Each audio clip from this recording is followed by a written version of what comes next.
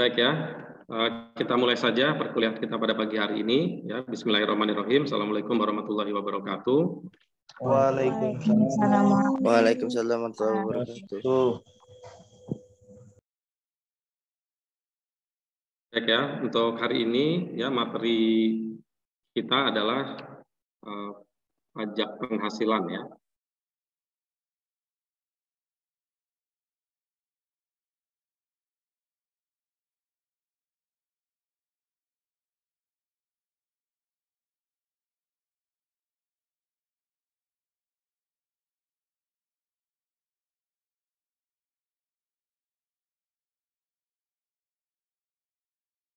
Ya, pajak penghasilan ini adalah termasuk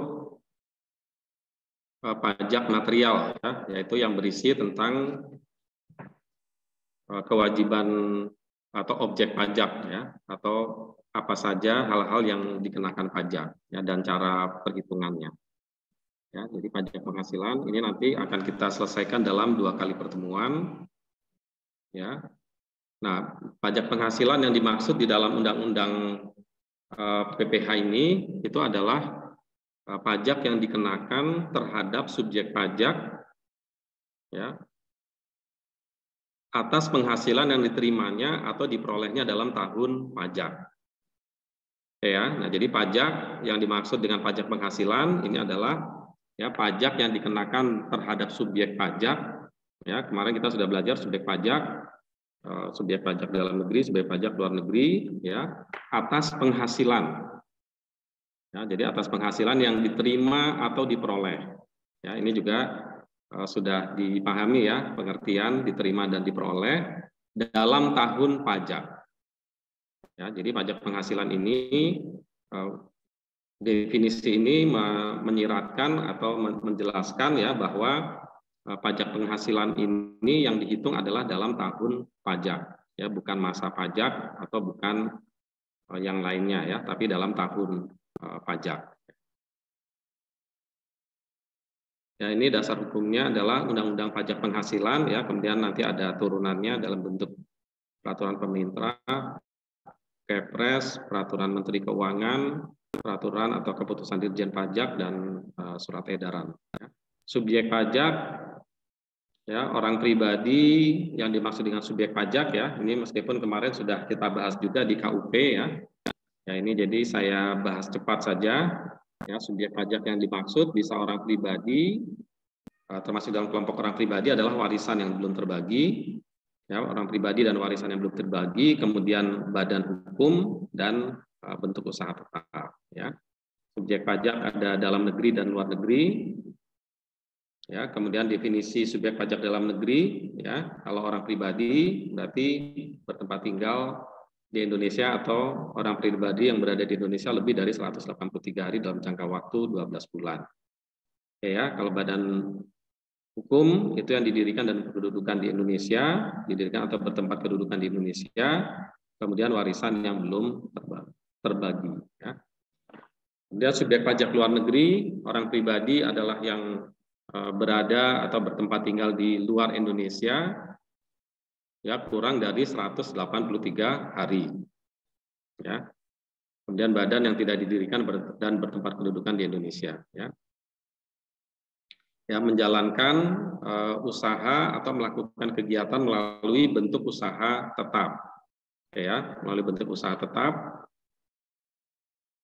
Kemudian dia menerima atau memperoleh penghasilan dari Indonesia bukan dari menjalankan usaha atau melakukan kegiatan bentuk usaha tetap di Indonesia.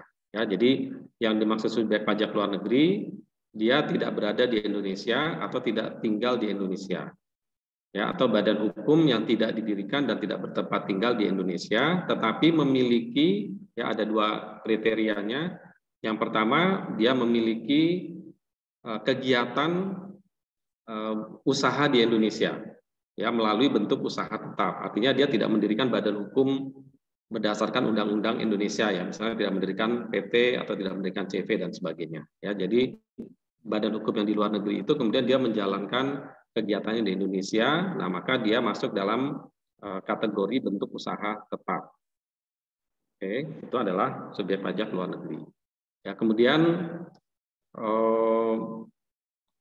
menerima atau memperoleh penghasilan dari Indonesia bukan dari menjalankan usaha atau melalui kegiatan BUT di Indonesia. Ya, jadi menerima penghasilan dia tetap ada di luar negeri, tapi dia menerima penghasilan dari Indonesia. Ya, mungkin terima dividen, gitu ya, mungkin terima bunga, gitu ya, mungkin dia punya saham di perusahaan di Indonesia, kemudian dia menerima dividen, atau dia memberikan pinjaman kepada perusahaan di Indonesia, kemudian dia menerima bunga. Ya, atau royalti misalnya gitu ya, mungkin ya mereknya dipergunakan di Indonesia, ya, kemudian harus membayar royalti. Ya, nah ini merupakan kategori sebagai subjek pajak luar negeri. Nah, kemudian bentuk usaha tetap, yang dimaksud dengan bentuk usaha tetap ini adalah bentuk usaha yang dipergunakan oleh, ya, jadi ada orang pribadi, dia adalah subjek pajak luar negeri, kemudian dia menjalankan usaha di Indonesia. Ya, menjalankan usaha. Atau dia adalah badan sebagai subjek pajak luar negeri, artinya dia bertempat kedudukan dan didirikan dan bertempat kedudukan di luar negeri, tapi kemudian dia mempunyai kegiatan usaha atau menjalankan usaha atau melakukan kegiatan di Indonesia. Nah, itulah yang dimaksud dengan bentuk usaha tetap atau disingkat dengan BUT, ya, atau dalam bahasa Inggrisnya adalah permanent establishment. Ya. Bentuk usaha tetap ini, ya, ini bisa berbentuk tempat kedudukan manajemen. Ya, jadi di sini ada kantor lah, gitu ya, ada kantornya di Indonesia. Ya, tidak mendirikan PT, tapi kemudian ada kantornya di Indonesia. Ya, yang mengelola, ya, tempat kedudukan manajemen kan berarti dia mengelola usaha. Kemudian dia bisa juga merupakan cabang, ya, cabang dari luar negeri dan ada di Indonesia. Atau bisa juga dia berupa kantor perwakilan, ya, biasanya kantor misalnya, ya. Kemudian ada gedung kantor, pabrik atau bengkel yang ada di Indonesia. Ya, ada pertambangan atau penggalian sumber alam, ada kegiatan perikanan, peternakan, pertanian, perkebunan dan kehutanan, proyek konstruksi, instalasi dan sebagainya. Dilakukan lebih dari 60 hari dalam jangka waktu 12 bulan. Jadi pemberian jasa, ya, misalnya apa? Misalnya dia berikan asistensi di dalam produksi, ya, advisor misalnya gitu ya. Nah, dia mewakili perusahaan. Dia masuk dalam kategori. Dan agen yang kedudukannya tidak bebas, ya, tidak agen ini kan ada yang agen lepas, ada yang agen merupakan karyawannya sebuah perusahaan. Ya, nah di sini yang dimaksud adalah ada agen atau perwakilan yang ada di Indonesia dan dia bekerja berdasarkan perintah. Ya, itu disebut sebagai BUT. Ya, agen yang menerima premi asuransi.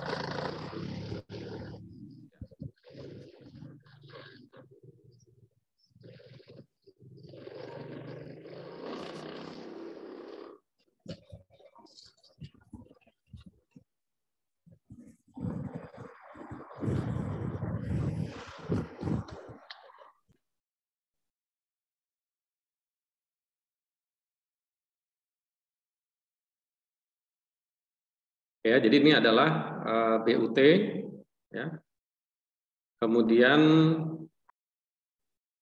tempat kedudukan wajib pajak, ya, kalau orang pribadi adalah tempat tinggal, kalau badan adalah tempat kedudukan badan, ya, ini ditetapkan oleh Dirjen Pajak menurut keadaan yang sebenarnya. Ya, oke, ini untuk kalau orang pribadi, ya, sebagai subjek pajak itu menurut KTP, ya.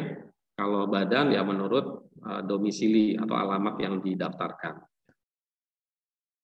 Oke, kemudian kewajiban pajak subjektif, ya, artinya subjek pajak, dia bisa disebut sebagai subjek pajak itu adalah untuk orang pribadi dalam negeri, ya, untuk orang pribadi sebagai subjek pajak atau subjek pajak dalam negeri. Kalau orang pribadi ini adalah pada saat dilahirkan atau niat bertempat tinggal di Indonesia, ya. Ya, berakhir pada saat meninggalkan Indonesia, meninggal atau meninggalkan Indonesia. Ya, kemudian sedangkan badan, ya, sedangkan badan adalah kewajiban pajak subjektif, ya, timbul ketika mulai didirikan atau berkedudukan di Indonesia dan berakhir pada saat dibubarkan atau tidak lagi berkedudukan di Indonesia.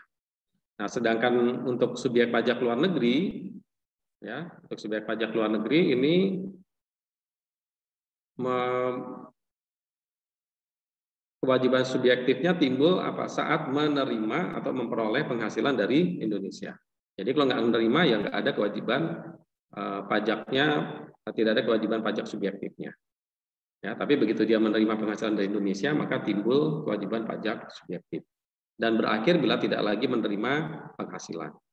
Ya, sedangkan BUT dia adalah dimulai pada saat melakukan kegiatan atau usaha di Indonesia melalui BUT, ya. Kemudian berakhir saat tidak lagi melakukan usaha atau kegiatan melalui BUT di Indonesia. Nah, sedangkan warisan yang belum terbagi mulainya adalah saat timbulnya warisan, ya, artinya pada saat pemiliknya orang pribadinya meninggal, ya. Nah, itu berarti langsung sebagai warisan yang belum terbagi dan berakhir pada saat warisannya selesai dibagikan, ya, untuk timbulnya kewajiban pajak subjektif. Kemudian tempat tinggal sudah tadi.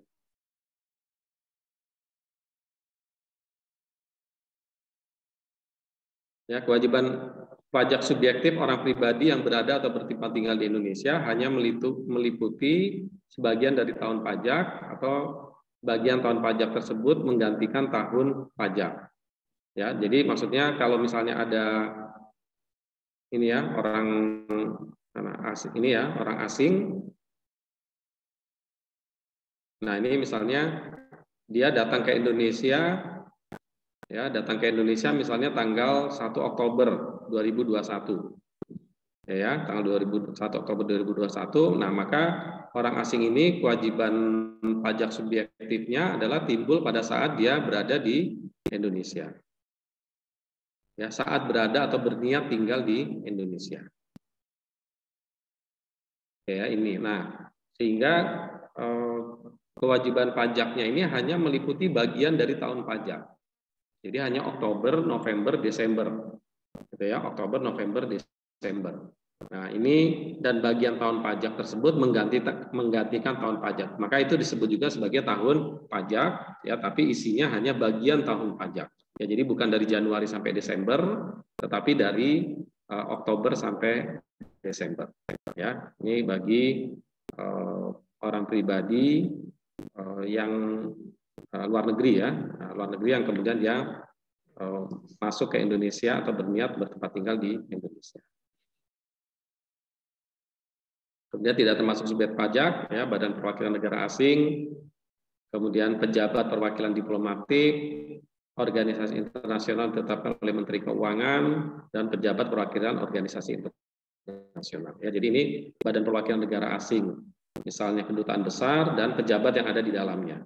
Ya, selama dia tidak melakukan mendapatkan penghasilan lain, ya, tidak melakukan usaha, ya, selama mereka tidak melakukan usaha di Indonesia. Ya, jadi objek pajak, ya, lanjut di pasal 4, ini adalah tentang objek pajak, ya, penghasilan, ya, definisinya ini juga sudah pernah kita bahas, ya, setiap tambahan kemampuan ekonomis, ya, diterima atau diperoleh wajib pajak berasal dari Indonesia maupun luar Indonesia, ya, bisa dipakai untuk konsumsi atau untuk menambah kekayaan wajib pajak dengan nama dan dalam bentuk apapun, ya, itu adalah penghasilan. Makanya saya sering kasih contoh, ya, ibaratnya kalau misalnya Anda dikasih uang sama teman, gitu ya, nah ini penghasilan atau bukan? Gitu ya, dikasih uang nih 10 juta, gitu ya, dikasih, nggak ada apa-apa, dikasih aja. Penghasilan atau bukan? Gitu ya. Nah, prinsipnya kalau dia menambah kemampuan ekonomis yaitu penghasilan. Ya, karena dengan nama dan dalam bentuk apapun. Ya, nama dan dalam bentuk apapun. Ya, dikasih uang, dikasih barang misalnya, itu sebenarnya adalah penghasilan. Ya, terserah apa namanya, mau namanya hadiah, ya, mau namanya ngasih, ya, dan sebagainya. Itu intinya adalah menambah kemampuan ekonomis, maka masuk ke dalam kategori atau definisi penghasilan menurut Undang-Undang Perpajakan. Ya.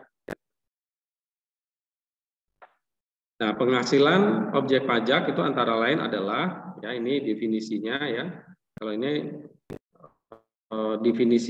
definisi besarnya, kemudian ini adalah rinciannya. Ya, rinciannya adalah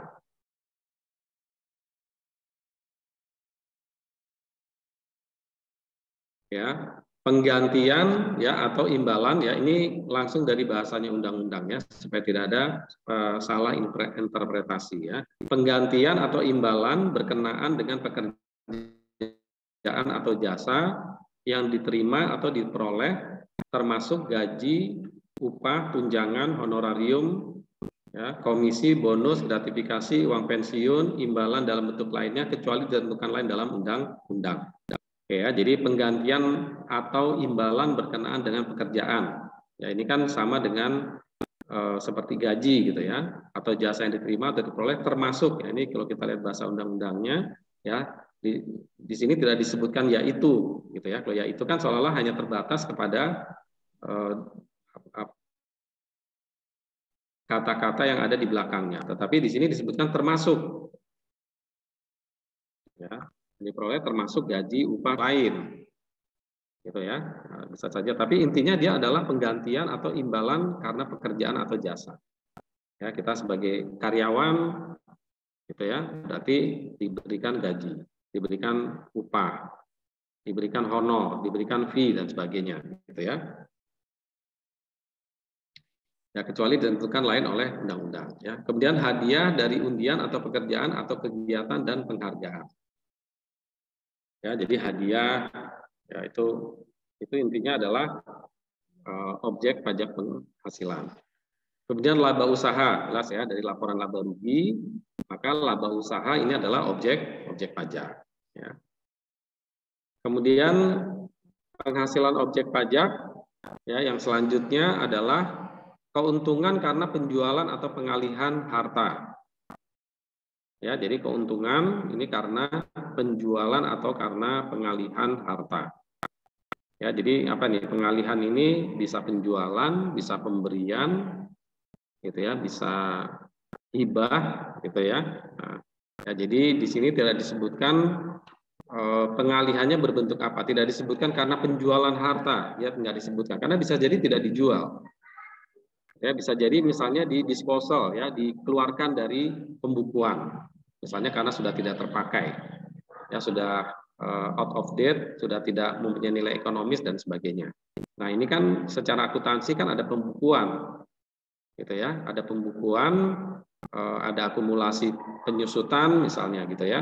Nah, ini intinya ketika secara akuntansi ada keuntungan, maka dia menjadi penghasilan yang merupakan objek PPh. Kemudian penerimaan kembali pembayaran pajak yang telah dibebankan sebagai biaya. Ya, jadi mungkin ada pembayaran pajak, misalnya pembayaran pajak PBB, gitu, ya, misalnya membayar pajak, tapi kemudian setelah dibayar, oh ini ada diskon ternyata, gitu, ya, ada keringanan atau relaksasi dari pemerintah sehingga kita sudah terlanjur bayar 1 juta, yang 500.000 dikembalikan. Nah, maka pengembalian ini menjadi penghasilan, ya, selama 1 juta tadi itu sudah dibebankan sebagai biaya, gitu, ya. Kemudian bunga termasuk premium, diskonto dan imbalan lain karena jaminan pengembalian utang. Ya, jadi intinya di dalam timbul bunga, premium, diskonto ini adalah dalam urusan pinjam meminjam dana, ya, pinjam dana. Nah, ini bagi yang menerima bunga, ya, atau premium atau diskonto ini merupakan objek pajak penghasilan. Kemudian dividen dengan nama dalam bentuk apapun, termasuk dividen yang dari perusahaan asuransi kepada pemegang polis dan pembagian SHU. Oke, ya, itu dividen ya dalam nama dan bentuk apapun. Ya, artinya ada transaksi-transaksi yang seperti misalnya dividen terselubung gitu ya. Misalnya dari mana? Dari gaji yang digelembungkan. Jadi misalnya dia pemegang saham, dia direktur gitu ya. Kemudian gajinya luar biasa besar. Ya. Nah, mungkin itu sebagian adalah dianggap sebagai dividen. Ya, atau apapun ya. Mungkin fasilitas ya, dan sebagainya ya. Nah, termasuk apabila ada dividen dari perusahaan asuransi pemegang polis ya. Ini biasanya yang menggunakan skema unit link ya. Nah, unit link karena kan dia ada unsur investasi. Ya, bisa jadi investasi itu ada dividennya ya. Ya. Kemudian SHU, sisa hasil usaha koperasi ya, karena SHU ini kan intinya laba bersih ya. Hasil usaha ini kan sisa hasil usaha ini kan intinya laba bersih. Nah, kemudian kalau dia dibagikan ya sama dengan membagikan dividen. Ya, kemudian menerima royalti ya jelas ya, intinya menerima penghasilan, kemudian menerima sewa dan penghasilan lain sehubungan dengan penggunaan harta. Ya, misalnya saya punya mobil disewakan, maka penghasilannya merupakan hasilnya merupakan objek PPh. Saya punya rumah, punya ruko disewakan, maka hasil sewanya merupakan objek PPh. Kemudian penerimaan atau perolehan pembayaran berkala ya, ini dalam skema leasing ya. Ya, dalam skema leasing, nah ini adalah objek PPh ya. Keuntungan karena pembebasan utang kecuali sampai dengan jumlah tertentu ya, yang ditetapkan Menteri Keuangan itu sampai sekarang di 350 juta. Ya, jadi keuntungan karena pembebasan utang ya, artinya kalau misalnya ada orang yang berhutang ke kita gitu ya, atau misalnya misalnya saya punya utang gitu ya ke pihak ketiga, saya punya utang ke X gitu ya misalnya ya, jadi misalnya 100 juta gitu ya. Nah, kemudian X bilang udah deh nggak usah dibayar. Nah, itu kan pembebasan utang, maka bagi saya 100 juta itu adalah merupakan penghasilan gitu ya. Nah, itu adalah keuntungan karena pembebasan utang ya, karena kan saya nggak perlu ngumpulin uang untuk membayar utang gitu ya. Nah, itu berarti sama dengan penghasilan ya. Kemudian keuntungan karena selisih kurs mata uang asing ya, selisih kurs yang dibukukan itu karena kalau keuntungan ya maka objek pajak. Kemudian selisih lebih karena penilaian kembali aktiva tetap ya, jadi ada penilaian kembali aktiva ya, maka kalau misalnya tadinya saya punya tanah, saya beli 5 tahun yang lalu harganya 100 juta gitu ya, kemudian sekarang harganya katakanlah 120 juta ya harga pasarnya. Nah, kemudian saya mengajukan revaluasi ya, penilaian kembali. Nah, ini kalau misalnya naik jadi 120 juta dibukukan sebesar 120 juta, maka yang 20 juta itu adalah merupakan objek pajak. Meskipun duitnya kan nggak ada yang masuk ya. Nah, tetapi di neraca nanti kan asetnya jadi bertambah ya.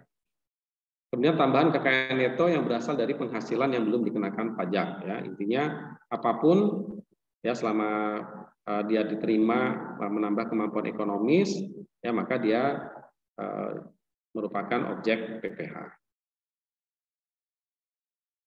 Oke, kemudian di pasal 4 ayat 3 ya, ini ada bukan objek ya, bukan objek PPh. Nah, ini yang bukan objek PPh ini adalah bantuan sumbangan termasuk zakat yang diterima oleh para penerima yang berhak. Ya, termasuk kalau yang di agama selain Islam ya, itu juga bisa diakui atau bisa dianggap bukan objek pajak. Ya, kemudian harta hibah yang diterima oleh keluarga sedarah dalam garis keturunan lurus 1 derajat sepanjang tidak ada hubungan dengan usaha, pekerjaan, kepemilikan atau pengurusan antara pihak-pihak yang bersangkutan. Ya, ini mungkin saya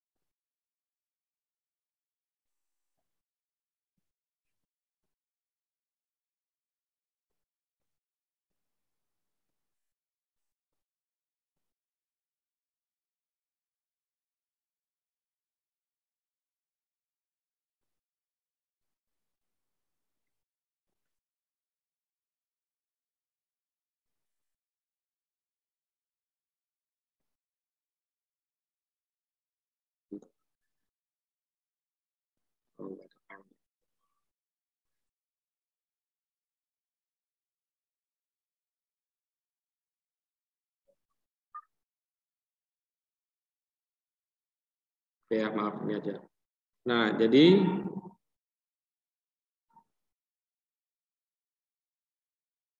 oke ya, jadi harta hibahan yang diterima oleh keluarga sedara dalam garis keturunan lurus 1 derajat sepanjang tidak ada hubungan usaha dan seterusnya ya. Ini saya cari sebentar ya, siapa.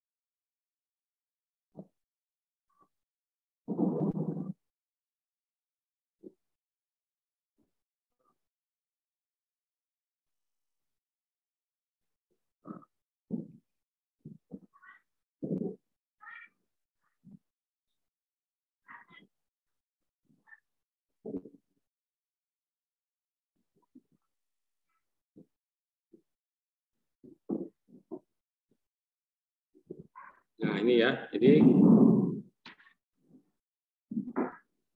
ini garis keturunan sedarah atau semenda ya. Nah, ini yang dimaksud tadi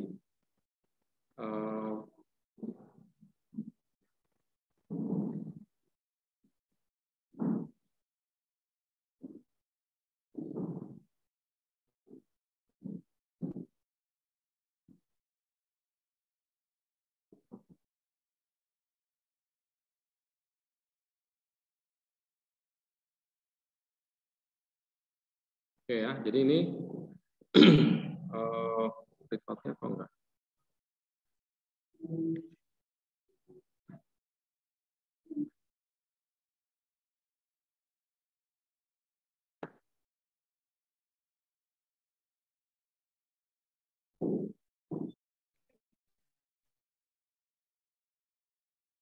Ya, jadi ini untuk garis keturunan ya yang tadi ya, yang dimaksud dengan hibah ya. Nah, jadi yang hibah yang bukan merupakan objek pajak gitu ya.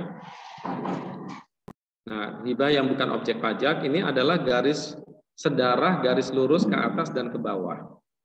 Ya satu garis lurus ke atas dan ke bawah. Jadi kalau ini kita posisinya ada di sini ya, atau wajib pajak posisinya ada di sini ya. Nah, maka hibah ke orang tua lurus ke atas berarti orang tua, kakek, nenek gitu ya. Sedangkan ke bawah itu hibah ke anak dan cucu. Kita itu adalah garis keturunan sedarah. Ya. Sedangkan kalau semenda ya ini berarti kan mertua ya gitu ya. Nah, itu orang tua dari suami atau istri. Garis ke bawah berarti mungkin anak tiri atau anak dari pasangan ya yang tidak langsung. Oke ya. Nah, jadi ini adalah cara mengukurnya gitu ya. Nah, ini adalah cara mengukurnya.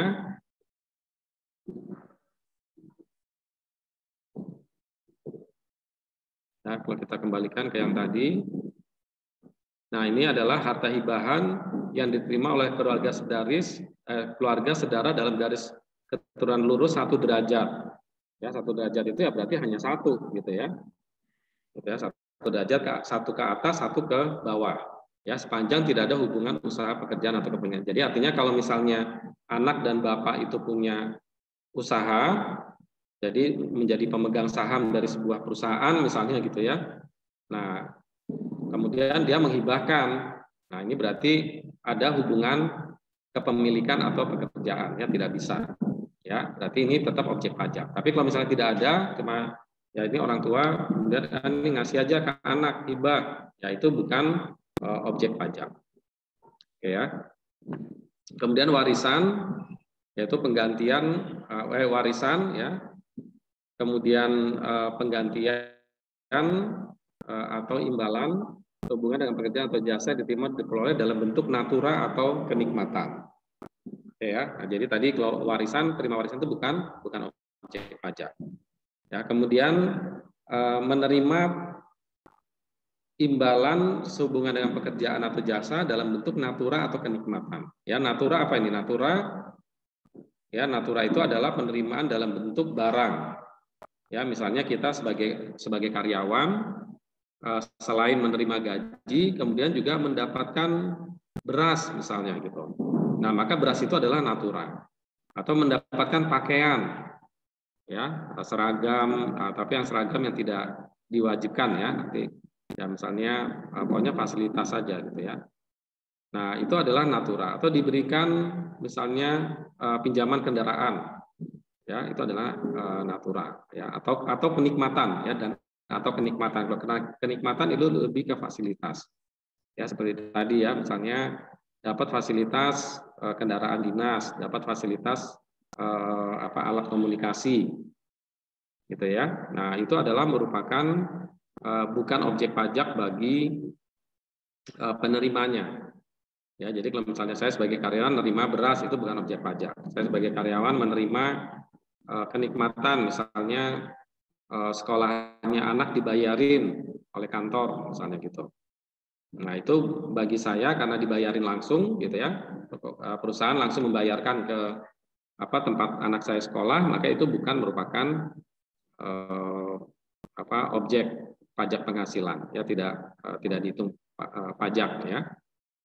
Kemudian pembayaran dari perusahaan asuransi kepada orang pribadi sehubungan dengan asuransi kesehatan, asuransi kecelakaan, asuransi jiwa, asuransi dwiguna, dan asuransi beasiswa. Jadi pembayaran dari perusahaan asuransi kepada orang pribadi. Jadi kalau misalnya kita punya asuransi kesehatan, kemudian sakit.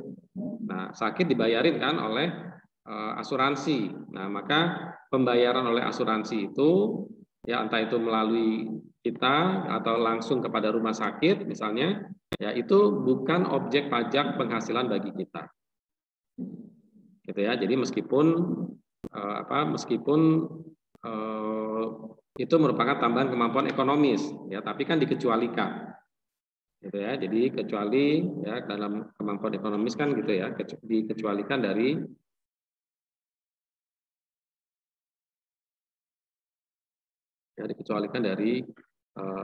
oleh undang-undang ya. Ya. Ya, atau disebutkan lain menurut undang-undang. Nah, ini ya. Nah, ini atau kecuali ditentukan lain dalam undang-undang ya. Ya, jadi jadi pembayaran perusahaan asuransi gitu ya. Nah, itu bukan merupakan penghasilan. Ya, kemudian bagian laba yang diterima atau diperoleh dari anggota perseroan komanditer yang modalnya tidak terbagi atas saham, persekutuan, perkumpulan, firma, dan kongsi. Gitu ya. Nah, ini jadi bagian laba yang diterima atau diperoleh anggota dari perseroan komanditer ya. Perseroan komanditer itu apa? Misalnya CV, gitu ya. Jadi kalau misalnya kita dapat dividen dari CV atau dapat gaji dari CV, ya maka penerimanya itu bukan yang menerima ya, bagi penerima itu bukan objek pajak penghasilan. Ya, selama itu adalah berasal dari modal yang tidak terbagi atas saham. Ya. Nah, kemudian ini skema ya, gambaran skema penghasilan itu nanti ada yang merupakan objek, ya objek PPh, ya objek pajak penghasilan, ada yang merupakan bukan objek pajak penghasilan, bukan objek. Ya. Nah, bukan objek, ada yang objek. Nah, yang objek itu ada dua. Ada yang dikenakan PPh final, kemudian ini ada tidak dikenakan PPh final, dan ini ada yang dikenakan PPh final. Ya. Nah, apa yang dimaksud dengan PPh final? Ya, nah, kalau tidak dikenakan PPh final, ini dilaporkan dalam SPT, dihitung PPh-nya dengan tarif pasal 17. Ya, sedangkan kalau yang bukan objek pajak dan dikenakan PPh final, ini hanya dilaporkan saja dalam SPT, tidak dihitung PPh-nya dengan tarif pajak. Gitu ya. Jadi tetap dilaporkan, tetapi PPh-nya nggak dihitung lagi. Gitu ya, PPh-nya nggak dihitung lagi. Karena biasanya kalau bukan objek pajak berarti tidak ada pajaknya. Kalau objek final ini sudah dipotong pajaknya ya oleh pihak ketiga yang bertransaksi. Ya, masih ingat ya, yang kewajiban pajak itu ada pemotong pajak. Nah, pemotongan pajak itu salah satunya adalah apabila PPh-nya dikenakan secara final. Nah, ini sudah dipotong pajak, maka cukup dilaporkan dalam SPT, tapi pajaknya nggak dihitung lagi. Ya, sedangkan yang tidak dikenakan PPh final ini harus dilakukan perhitungan. Oke ya.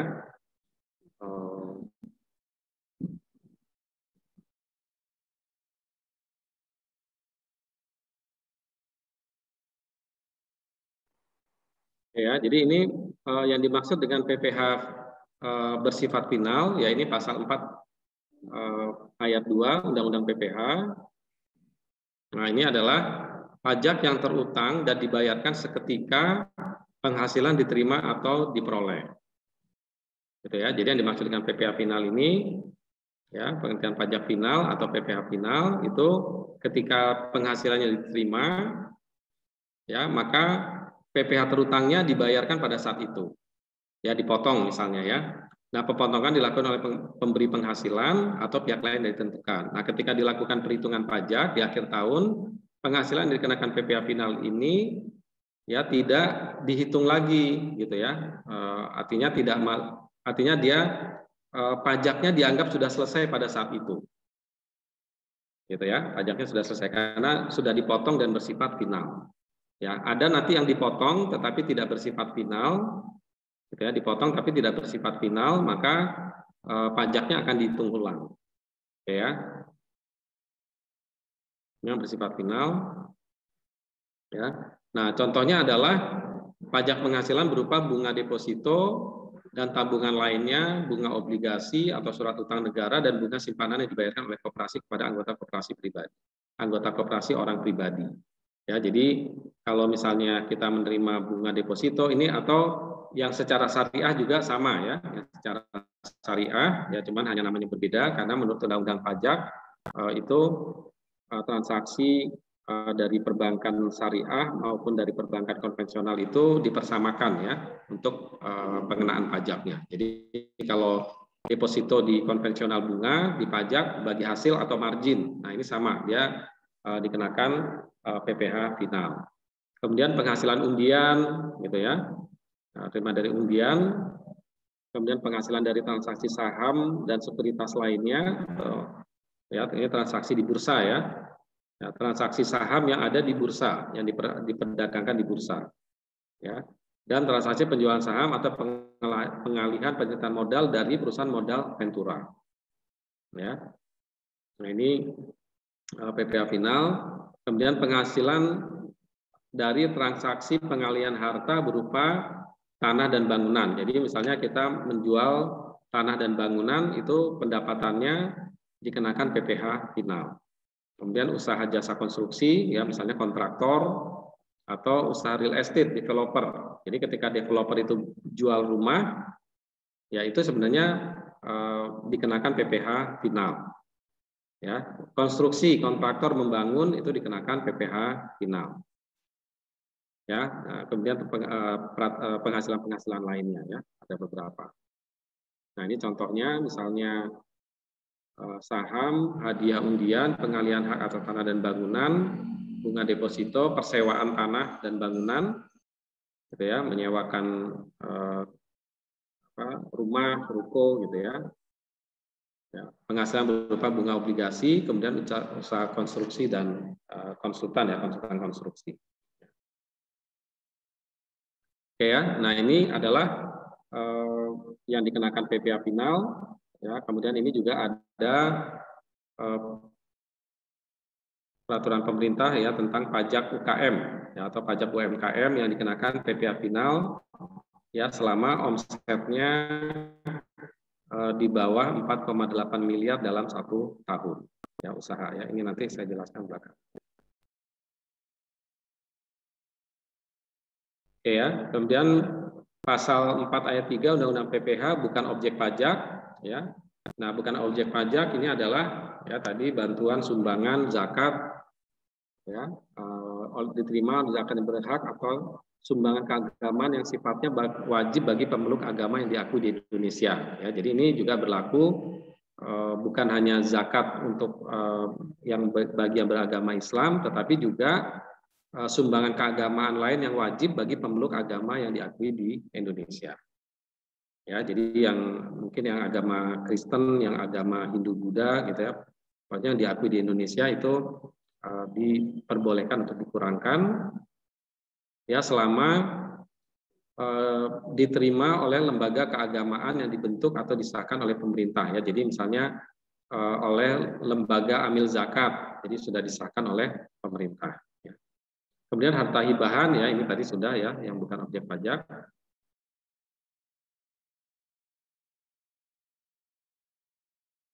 Kemudian ya, ini harta hibahan. Kemudian lanjutannya adalah warisan harta yang termasuk setoran tunai diterima oleh sebagai penggantian saham. Jadi kalau setoran saham itu bukan penghasilan bagi perusahaan yang menerima. Ya, misalnya saya mendirikan perusahaan, ya, kemudian di situ saya tercatat pemegang saham sebesar misalnya 100 juta. Nah, kemudian saya nyetor uang. Nah, itu bukan penghasilan bagi perusahaan. Ya. Penggantian imbalan sehubungan dengan pekerjaan diterima. Oke, ini natura ya tadi ya, bukan objek pajak.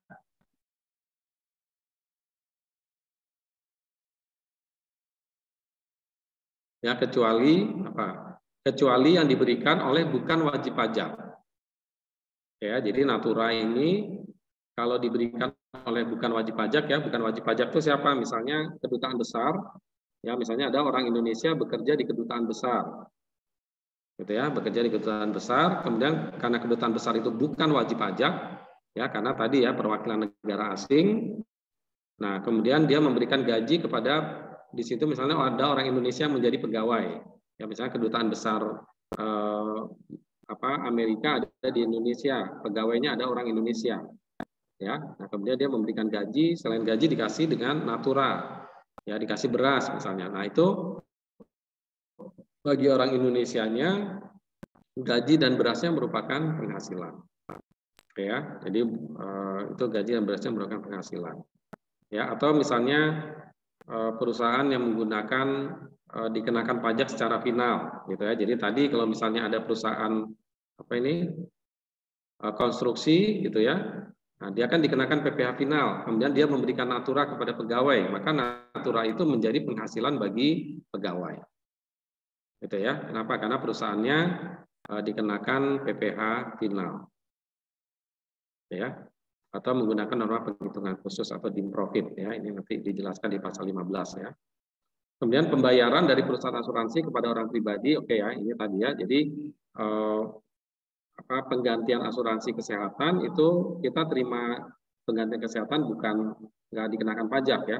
Jangan nanti sepertinya ini orang udah sakit kemudian diganti maka suruh dihitung itu penghasilan Anda dan harus dihitung pajaknya gitu ya. Nah, itu tidak demikian ya. Walaupun nanti ada perlakuan yang tapi nanti kita belajar di ini ya, di sisi perhitungan pajak ya nanti ya. Ini nanti ada kaitannya. Oke, dividen. Ya, dividen ini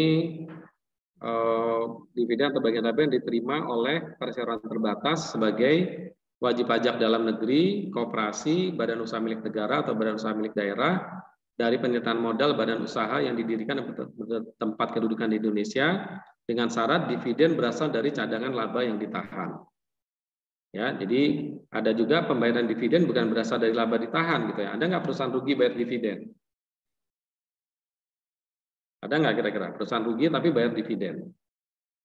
Ya mungkin ya kalau ada skema-skema tertentu ya, atau misalnya dia adalah saham preferen.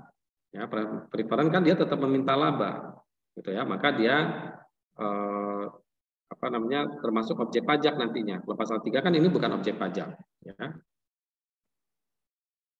Oke ya, jadi dividen berasal dari cadangan laba. Kalau tidak berasal dari cadangan laba, ya berarti menjadi objek pajak. Kemudian bagi PT perseroan terbatas, BUMN atau BMD menerima dividen, yang menerima dividen kepemilikan sahamnya pada badan yang memberikan dividen paling rendah 25%. Jadi kalau misalnya ini ada PT A mempunyai saham di PT B. Besarnya sahamnya adalah 25% dari modalnya PT B. Nah, maka ketika PT A menerima dividen dari PT B, maka dia bukan objek pajak. Ya, karena apa? Nanti menggunakan, ini kan ada metode akuntansi ya. Mungkin kalau kita mengenal metode akuntansi, ya ini adalah menggunakan metode akuntansi sesuai dengan ini ya, karena kepemilikannya di atas 25%. Ya, kepemilikan di atas 25%, sehingga dia pengakuan atas laba ya. Nah, pengakuan atas laba. Jadi metode akuntansinya. Kemudian iuran yang diterima atau diperoleh dana pensiun yang pendiriannya telah disahkan Menteri Keuangan. Jadi iuran diterima atau diperoleh dana pensiun yang pendirian telah disahkan oleh Menteri Keuangan. Jadi kalau misalnya sebuah lembaga dana pensiun sudah disahkan oleh Menteri Keuangan, menerima iuran itu bukan merupakan penghasilan, bukan merupakan objek pajak. Ya, penghasilan dari modal yang ditanamkan oleh dana pensiun ya pada bidang-bidang tertentu. Ya, jadi misalnya dana pensiun menanamkan pada bidang tertentu, ya itu kemudian nanti dibebaskan dari pajak penghasilan. Ya. Kemudian bagian laba yang diterima anggota komanditer, ya ini tadi sudah. Kemudian penghasilan diterima modal ventura, oke. Kemudian beasiswa yang memenuhi persyaratan tertentu, ya ini ada peraturan Menteri Keuangan. Ya, kemudian sisa lebih yang diterima atau diperoleh oleh badan atau lembaga nirlaba yang bergerak di bidang pendidikan dan atau penelitian dan pengembangan. Ya, dan terdaftar di instansi yang membidanginya. Jadi kalau sisa lebih ini sama dengan laba, gitu ya, tapi karena di lembaga pendidikan atau lembaga riset, ya disebut sebagai sisa lebih. Ya, nah maka sisa lebih ini bukan objek pajak. Ya, selama dalam jangka waktu 4 tahun dia ditanamkan kembali dalam bentuk sarana dan prasarana kegiatan pendidikan. Oke ya, jadi ini ya, jadi misalkan diberikan bangunan, diberikan aset, diberikan tanah dan sebagainya dalam jangka waktu 4 tahun, ya maka dia tidak termasuk objek pajak. Ya, kemudian bantuan atau santunan dibayarkan oleh BPJS kepada wajib pajak tertentu. Ya, oke. Oke ya, kemudian yang selanjutnya adalah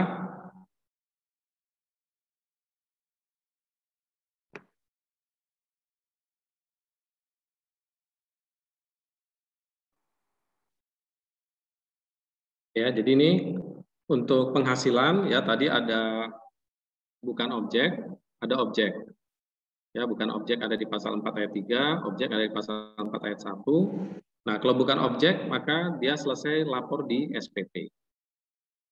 Ya, jadi meskipun dia tidak dihitung pajaknya, tetapi di SPT tetap harus dilaporkan.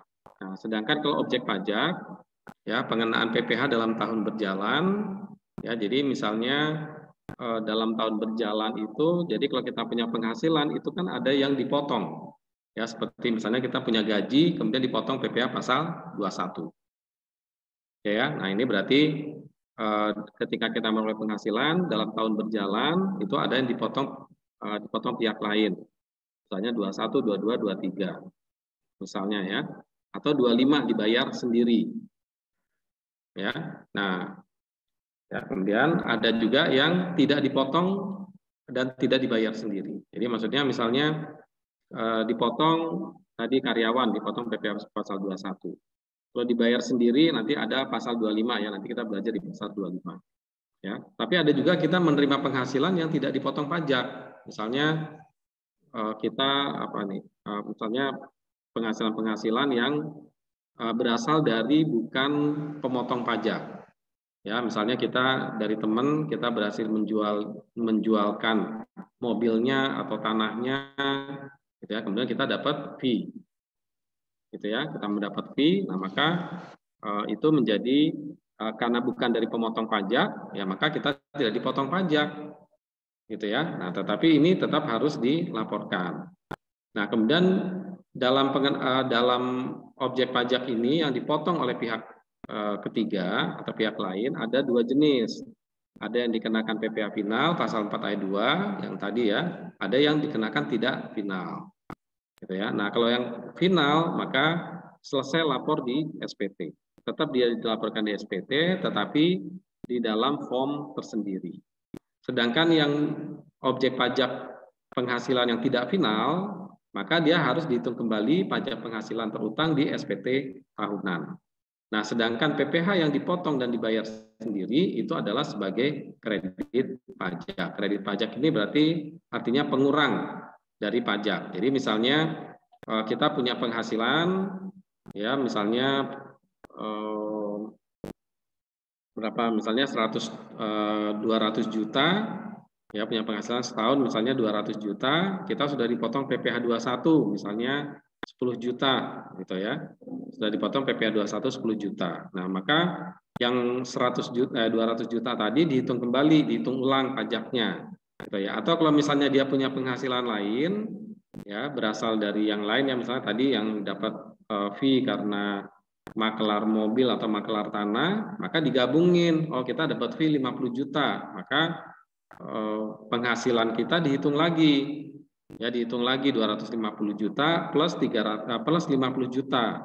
Nah, berapa itu pajaknya? Setelah ketemu pajaknya, kemudian tadi jumlah yang sudah dipotong oleh perusahaan ya di PPh 21 dijadikan pengurang. Jadi kalau misalnya utang pajaknya misalnya berapa 30 juta, tapi kita sudah dipotong 10 juta. Berarti kita tinggal membayar 20 juta. Misalnya gitu ya. Membayar selisihnya. Nah, kurang atau lebih kurang bayar ini diuraikan di pasal 29. Oke ya, jadi pemahamannya pada dasarnya semua penghasilan itu adalah objek PPh kecuali penghasilan menurut pasal 4 ayat 3. Oke ya, di sini ya. 4 ayat. Oke, kemudian konsep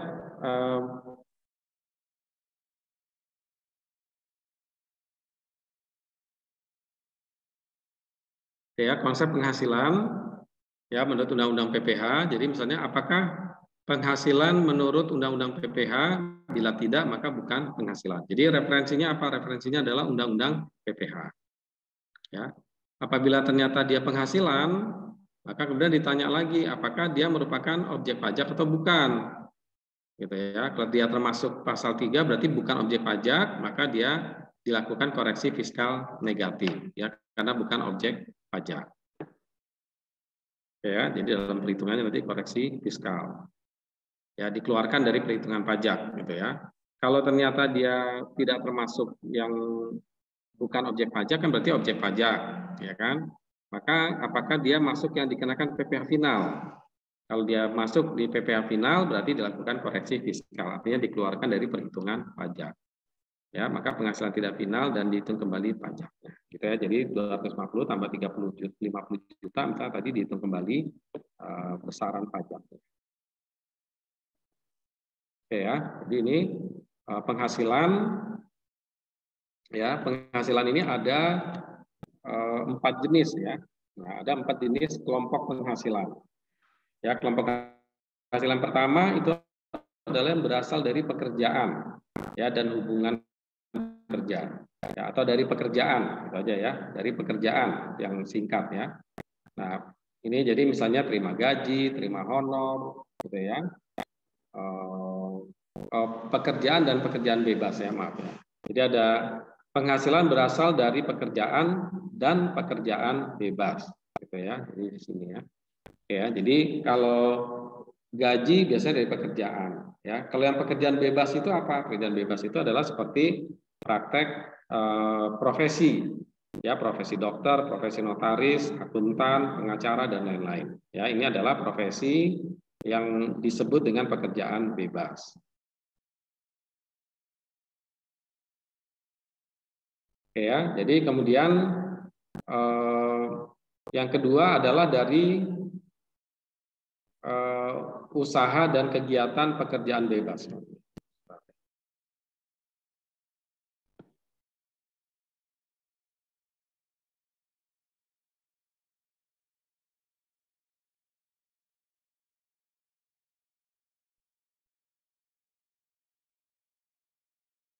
Oke, maaf ya. Kalau yang pertama tadi adalah dari pekerjaan ya, udah benar ya. Dari pekerjaan, maksudnya dia bekerja memperoleh gaji gitu ya, atau bekerja di ini ya, di apa intinya karena dia memperoleh gaji ya, memperoleh gaji. Nah, sedangkan kalau pekerjaan bebas itu kan bukan memperoleh gaji ya, tapi penghasilan gitu ya. Oke ya. Nah ini jadi ya penghasilan dari usaha dan kegiatan dan pekerjaan bebas.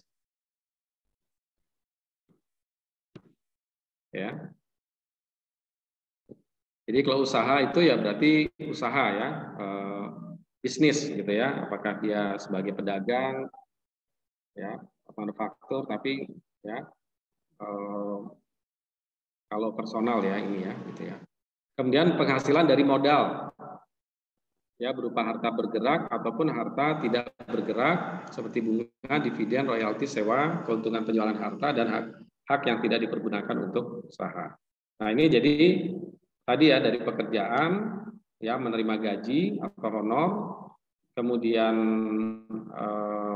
dari usaha atau pekerjaan bebas, ya kemudian dari modal ya sewa, bunga, dividen gitu ya, atau passive income gitu ya kira-kira ya, itu berasal dari passive income.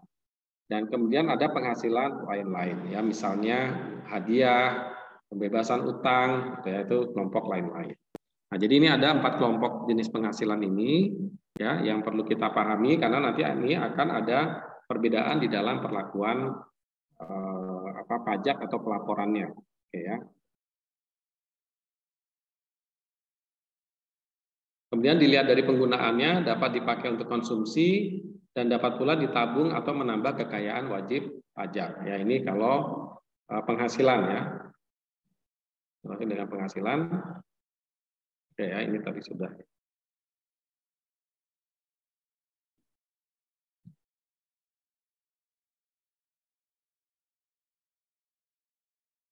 Nah, kemudian yang selanjutnya adalah perpajakan dalam suami istri ya, suami istri. Ya, jadi ini kita bahas pajak penghasilan untuk yang orang pribadi ya.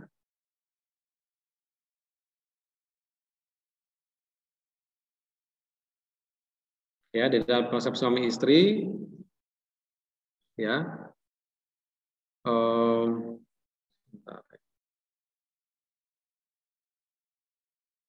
Nah, ini dulu ya mungkin ya konsepnya.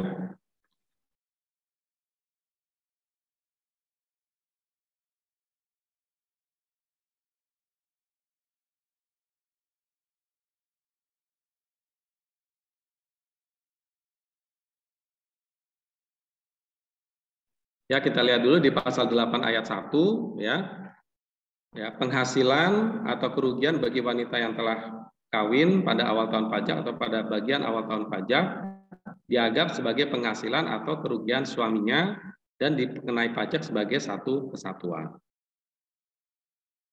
Gitu ya. Nah, jadi ini konsep dari penghasilan ya bagi suami istri gitu ya. Itu adalah bahwa keluarga itu adalah merupakan satu kesatuan ekonomis. Gitu ya. Jadi keluarga itu merupakan satu kesatuan ekonomi. Jadi penggabungan tidak dilakukan dalam hal istri diperoleh dari pekerjaan sebagai pegawai dan telah dipotong pajak oleh pemberi kerja. Oke lah ya. Jadi yang pertama ini dulu ya bahwa satu kesatuan ekonomis. gitu ya, sebagai satu kesatuan ekonomis. Artinya kalau suami bekerja, istri bekerja, maka penghasilannya digabung. Ya, kemudian dihitung lagi kewajiban pajaknya. Nah, kecuali gitu ya, kalau tadi ini ya, istri hanya memperoleh pekerjaan sebagai pegawai dari satu pemberi kerja dan sudah dipotong pajak. Jadi penghasilan istri tersebut semata-mata diperoleh dari satu pemberi kerja dan penghasilan tersebut berasal dari pekerjaan yang tidak ada hubungannya dengan usaha atau pekerjaan bebas suami atau anggota keluarga lainnya. Oke ya, nah ini jadi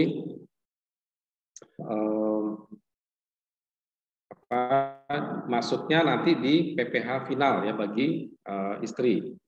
Ya, jadi dikenakan nanti PPh final. Ya, jadi ini konsepnya suami ya, NPWP suami sama dengan NPWP istri. Ya, kalau iya ya apakah ya maksudnya apakah NPWP suami sama dengan NPWP istri? Ya, kalau iya berarti penghasilan istri hanya dari kalau misalnya sama gitu ya, misalnya sama, kemudian penghasilan istri dari satu pemberi kerja, ya maka penghasilan istri dianggap sebagai final. Jadi tidak perlu digabung dengan penghasilannya suami. Ya, istri tidak wajib lapor SPT, tetapi SPT-nya dilaporkan di dalam atau SPT-nya menggunakan SPT suami. Ya, suami yang lapor SPT ya maksudnya gitu. Nah kalau istri mendapatkan penghasilan dari lebih dari satu pemberi kerja, ya maka penghasilan istri tidak final sehingga dia digabung dengan penghasilan suami. Gitu ya. Nah, tapi kalau bila NPWP suami dan istri itu berbeda masing-masing, maka penghasilan istri tidak final digabung dengan penghasilan suami. PPh suami istri dihitung secara proporsional menurut penghasilan neto masing-masing. Jadi istri wajib lapor SPT sendiri. Jadi kalau punya 2 NPWP, ya masing-masing harus lapor, gitu ya. Tetapi boleh aja kalau kita ingin penghasilannya suami istri digabung, ini NPWP istrinya minta dicampur.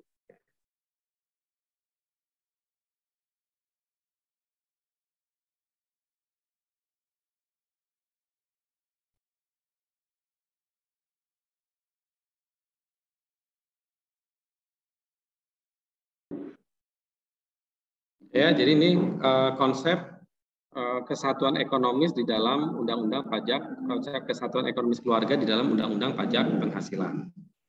Ya, dalam hal suami istri telah hidup berpisah dan sesuai dengan keputusan hakim, ya, maka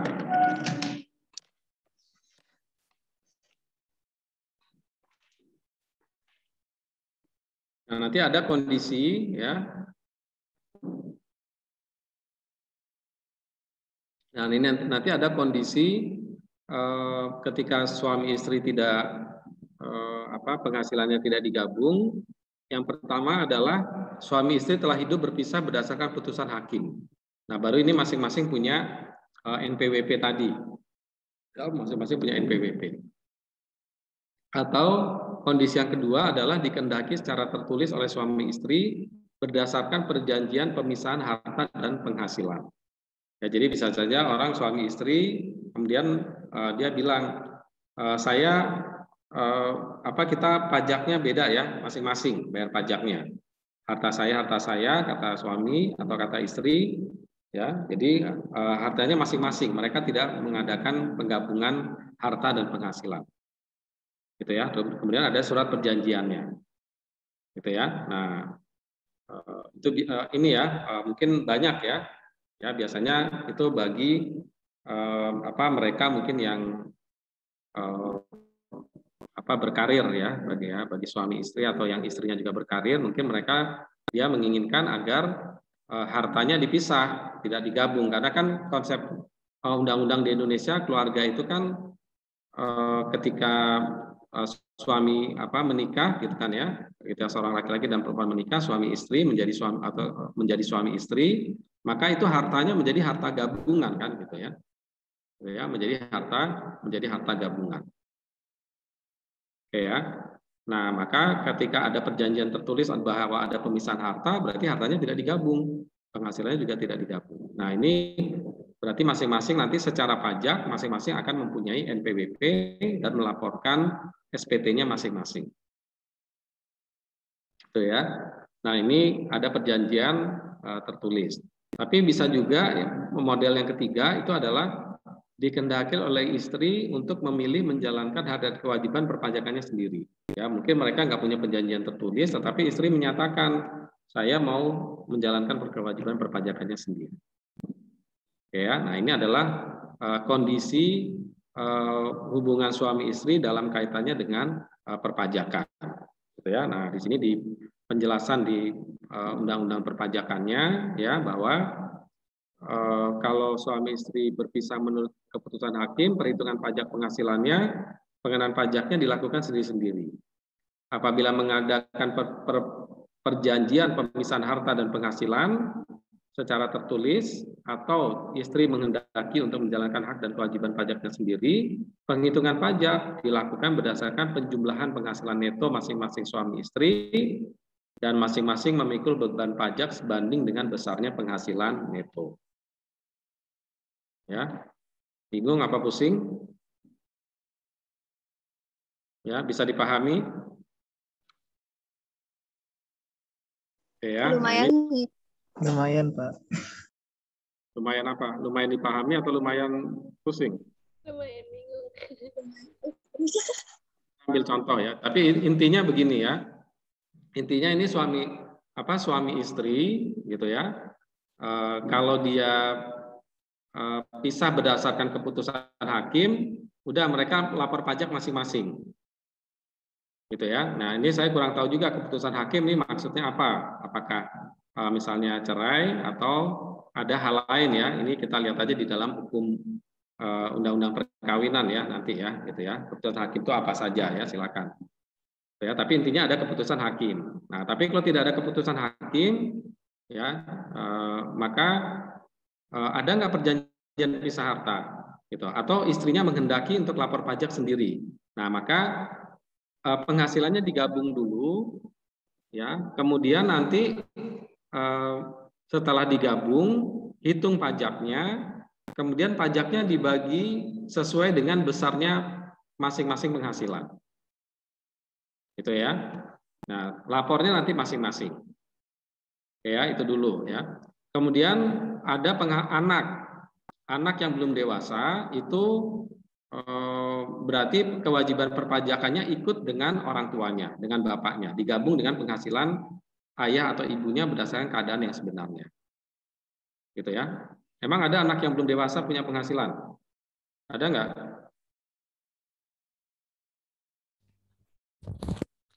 Ada? Hah? Ada, Pak. Siapa misalnya?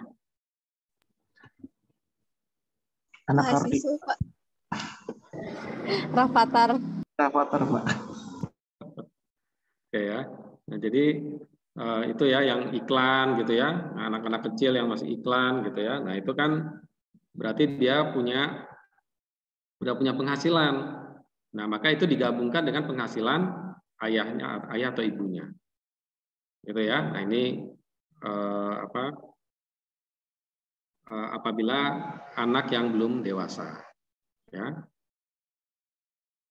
Nah, ini contohnya, ada contohnya ya, sebentar.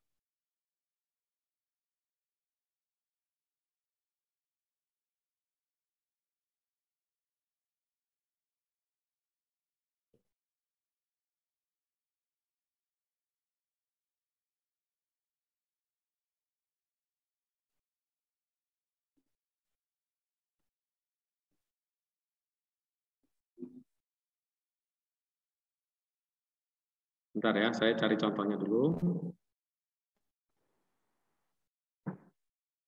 Ya, ini kelihatannya soalnya panjang ya, tapi ini sebenarnya sederhana. Ya, nah kita lihat aja nih wajib pajak A punya penghasilan neto usaha 100 juta.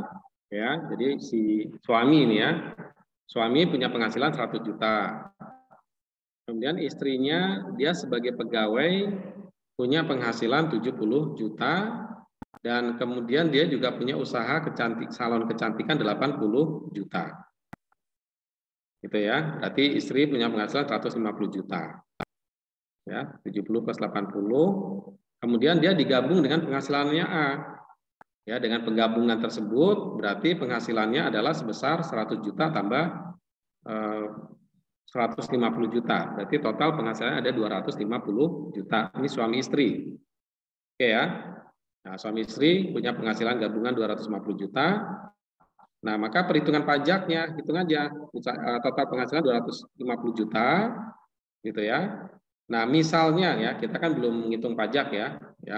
Misalnya pajak terutangnya 27.550. Maka kewajiban suami ya 100 juta dibagi 250 ya dari total penghasilan dikali 27.550. Jadi kewajiban suami 11 juta, kewajiban istri proporsional. Dia penghasilannya dia memberikan kontribusi penghasilan 150 per 250 kali 27.550 sama dengan 16.530. Itu ya. Jadi kalau ada contoh kan gampang ya. Jadi kelihatannya ya. Kalau dalam kalimat kan kelihatannya sulit ya. Gitu ya. Jadi intinya gabungan penghasilannya berapa, hitung pajaknya. Nah, kemudian pajaknya itu dipecah proporsional dengan jumlah penghasilan neto dari suami masing-masing suami dan istri.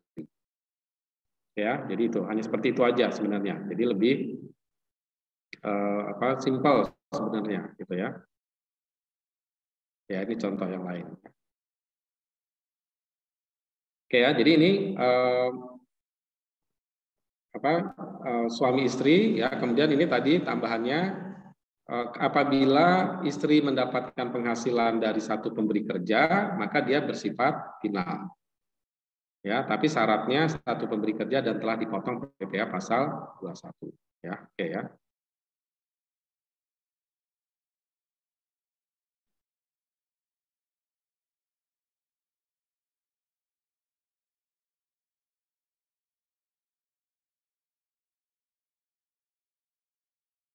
Ya, kemudian kita lanjut dulu untuk pembukuan dan pencatatan ya.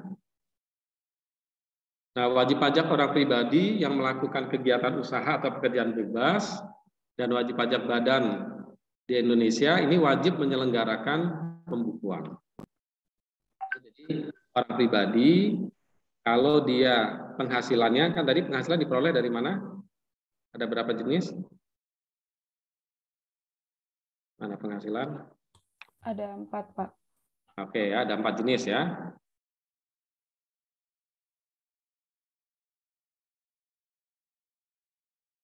Oke, ada 4 jenis. Ya, penghasilan dari pekerjaan, ya, penghasilan dari usaha atau pekerjaan bebas. Ini harusnya ini pekerjaan bebas ya, maaf ya. Ini kayaknya ada kesalahan. Data.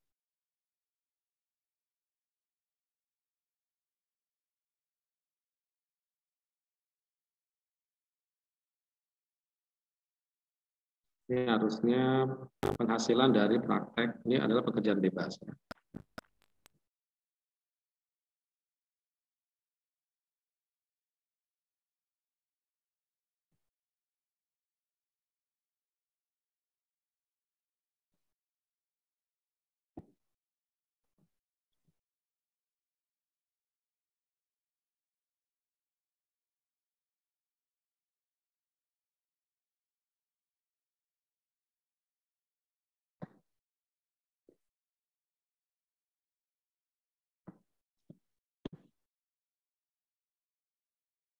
Ya, jadinya berasal dari pekerjaan bebas.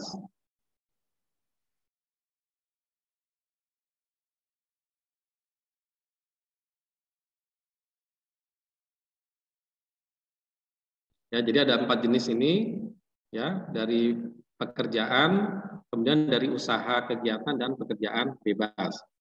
Ya, nah maka ketika dia penghasilan berasal dari kategori yang kedua ini, ya, maka ini wajib melakukan pembukuan.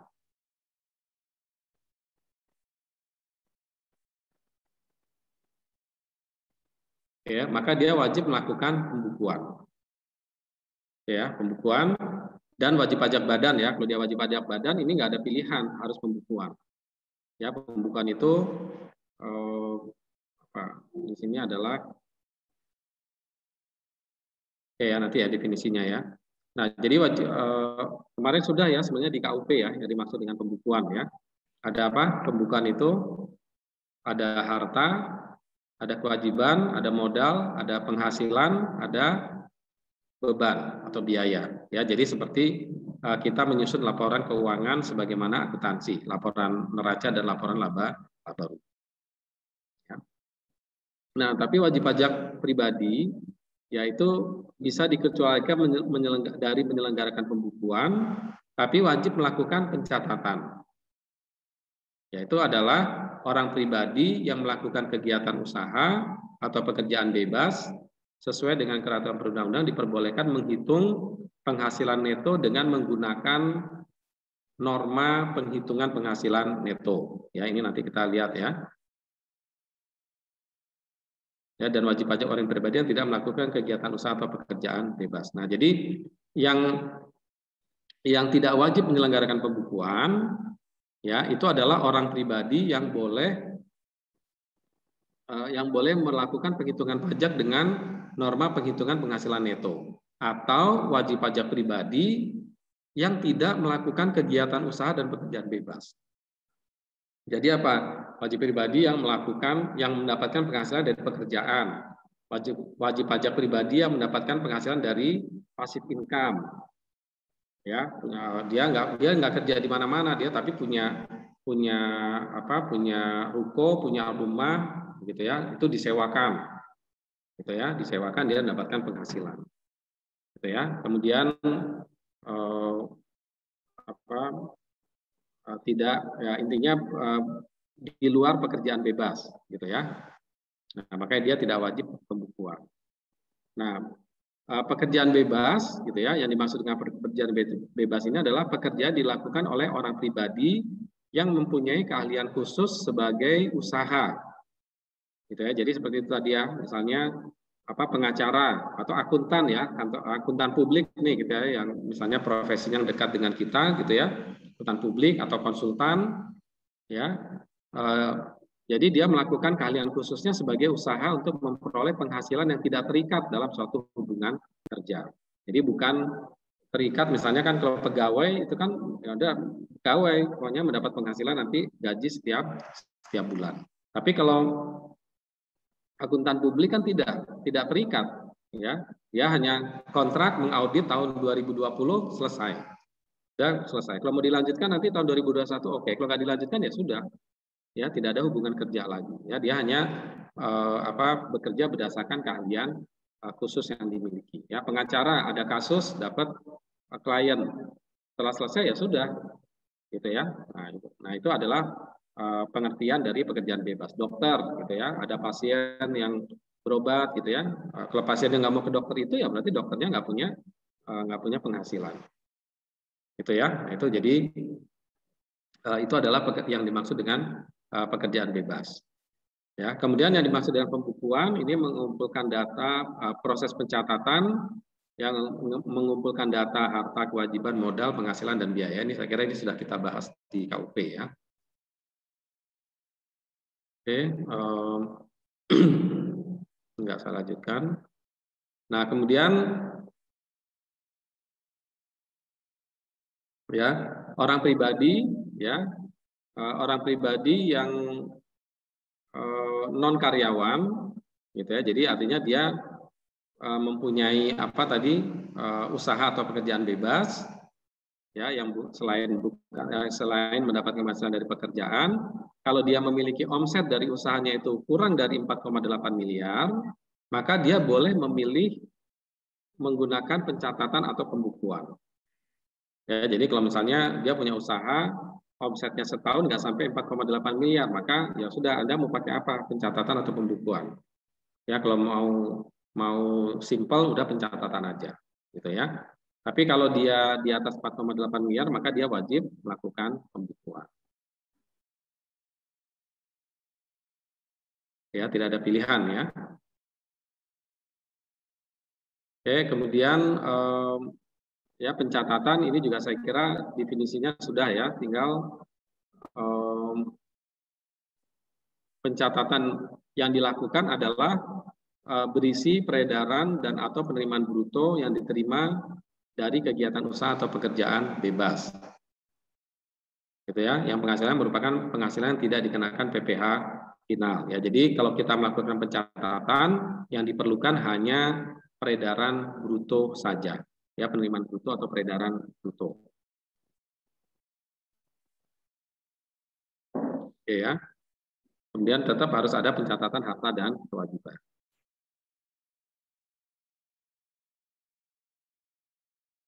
Oke ya, jadi ini contoh daftarnya yang harus diperlukan ya. Kemudian, nah penghasilan neto ya. Sekarang kita masuk ke dalam definisi penghasilan neto. Nah, apa yang dimaksud dengan penghasilan neto, gitu ya? Nah, penghasilan neto ini kan sama seperti penghasilan bersih ya. Kalau tadi kan kalau kita terima nih, misalnya saya menjual barang, ya, saya punya usaha. Ya, usaha saya itu misalnya menjual air mineral. Nah, kemudian penjualan saya dari air mineral ini, ya misalnya saya berhasil menjual 1.000 unit, satu unit harganya 10.000, misalnya gitu ya. Nah, berarti kan saya mendapatkan penghasilan 10 juta gitu kan ya, misalnya. Nah, itu kan adalah penghasilan kotor. Nah, penghasilan netonya berapa? Penghasilan bersih atau laba bersih, gitulah kira-kira ya, kalau pemahaman dari akuntansi ya. Tapi kalau di pajak itu memang bahasanya adalah penghasilan neto. Kira-kira di akuntansi bisa kita samakan dengan laba bersih. Ya, laba bersih pajak ya tentu ya, karena bisa jadi nanti laba bersih akuntansi ini berbeda dengan laba bersih pajak. Oke ya, jadi itu adalah laba bersih, jadi setelah dikurangi dengan beban-beban. Ya. Nah, kalau dia wajib pajak karyawan, maka penghasilan netonya adalah gaji kotor atau penghasilan bruto dikurangi dengan biaya jabatan dan iuran pensiun. Oke ya, jadi ini adalah penghasilan neto ya untuk karyawan. Ya, ini harusnya ada satu lagi ya, asuransi yang dibayar pemberi kerja ya, itu harusnya menjadi penghasilan. Ya, jadi ini kira-kira penghasilan brutonya adalah biaya jabatan dikurangi biaya jabatan pensiun. Ya, biaya jabatan ini nanti adalah pengurang yang yang diperbolehkan di dalam penghitungan PPh 21 ya. Nah, sedangkan bagi wajib pajak non karyawan ya, kalau pencatatan dia menggunakan norma penghitungan penghasilan neto, tapi kalau dia menggunakan pembukuan berarti adalah laba bersih fiskal atau laba neto fiskal. Oke ya, jadi ini yang dimaksud dengan penghasilan neto. Nah, ini tadi ya, jadi misalnya kalau dia menggunakan pembukuan, ini ada laporan keuangan ya sesuai dengan PSAK. Hasilnya apa? Neraca, laporan rugi laba, arus kas, dan laporan perubahan modal. Kemudian ada rekonsiliasi fiskal.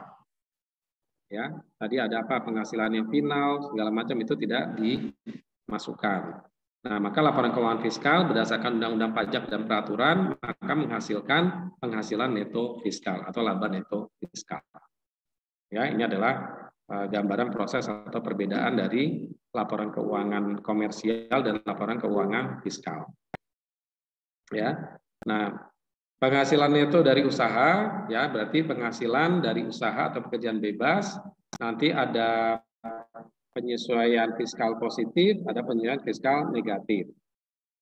Gitu ya. Jadi penghasilan neto setelah penyesuaian fiskal. Nah, penyesuaian fiskal ini artinya ada perubahan ya, gitu. Ada hal-hal yang menurut PSAK boleh, tetapi menurut undang-undang tidak boleh. Ya, atau menurut PSAK tidak boleh, tetapi menurut undang-undang boleh. Gitu ya. Jadi ini ada perbedaan-perbedaan sehingga menyebabkan penghasilan dan bebannya itu berbeda antara akuntansi dan pajak. Gitu ya. Nah, itulah yang disebut dengan koreksi fiskal. Ya, atau penyesuaian fiskal. Nah, apa bedanya koreksi fiskal positif dan negatif? Kalau dilakukan koreksi menyebabkan laba neto fiskalnya naik, maka itu disebut dengan koreksi positif.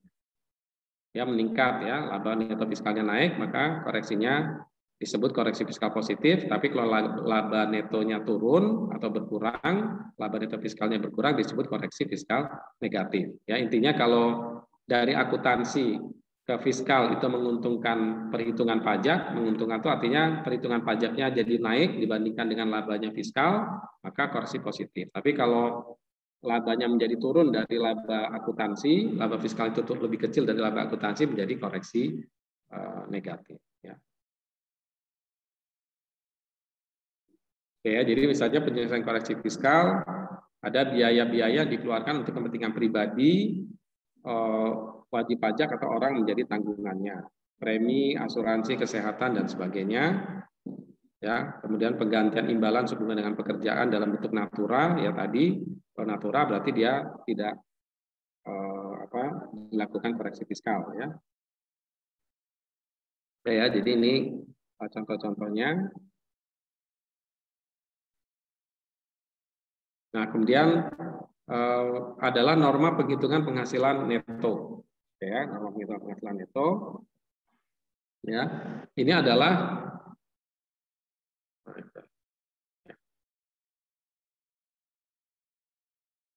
ya norma penghitungan penghasilan neto. Kalau wajib pajak tadi yang mana ini ya, yang nah ini ya. Jadi kalau dia mempunyai usaha atau pekerjaan bebas, dia boleh menggunakan pencatatan.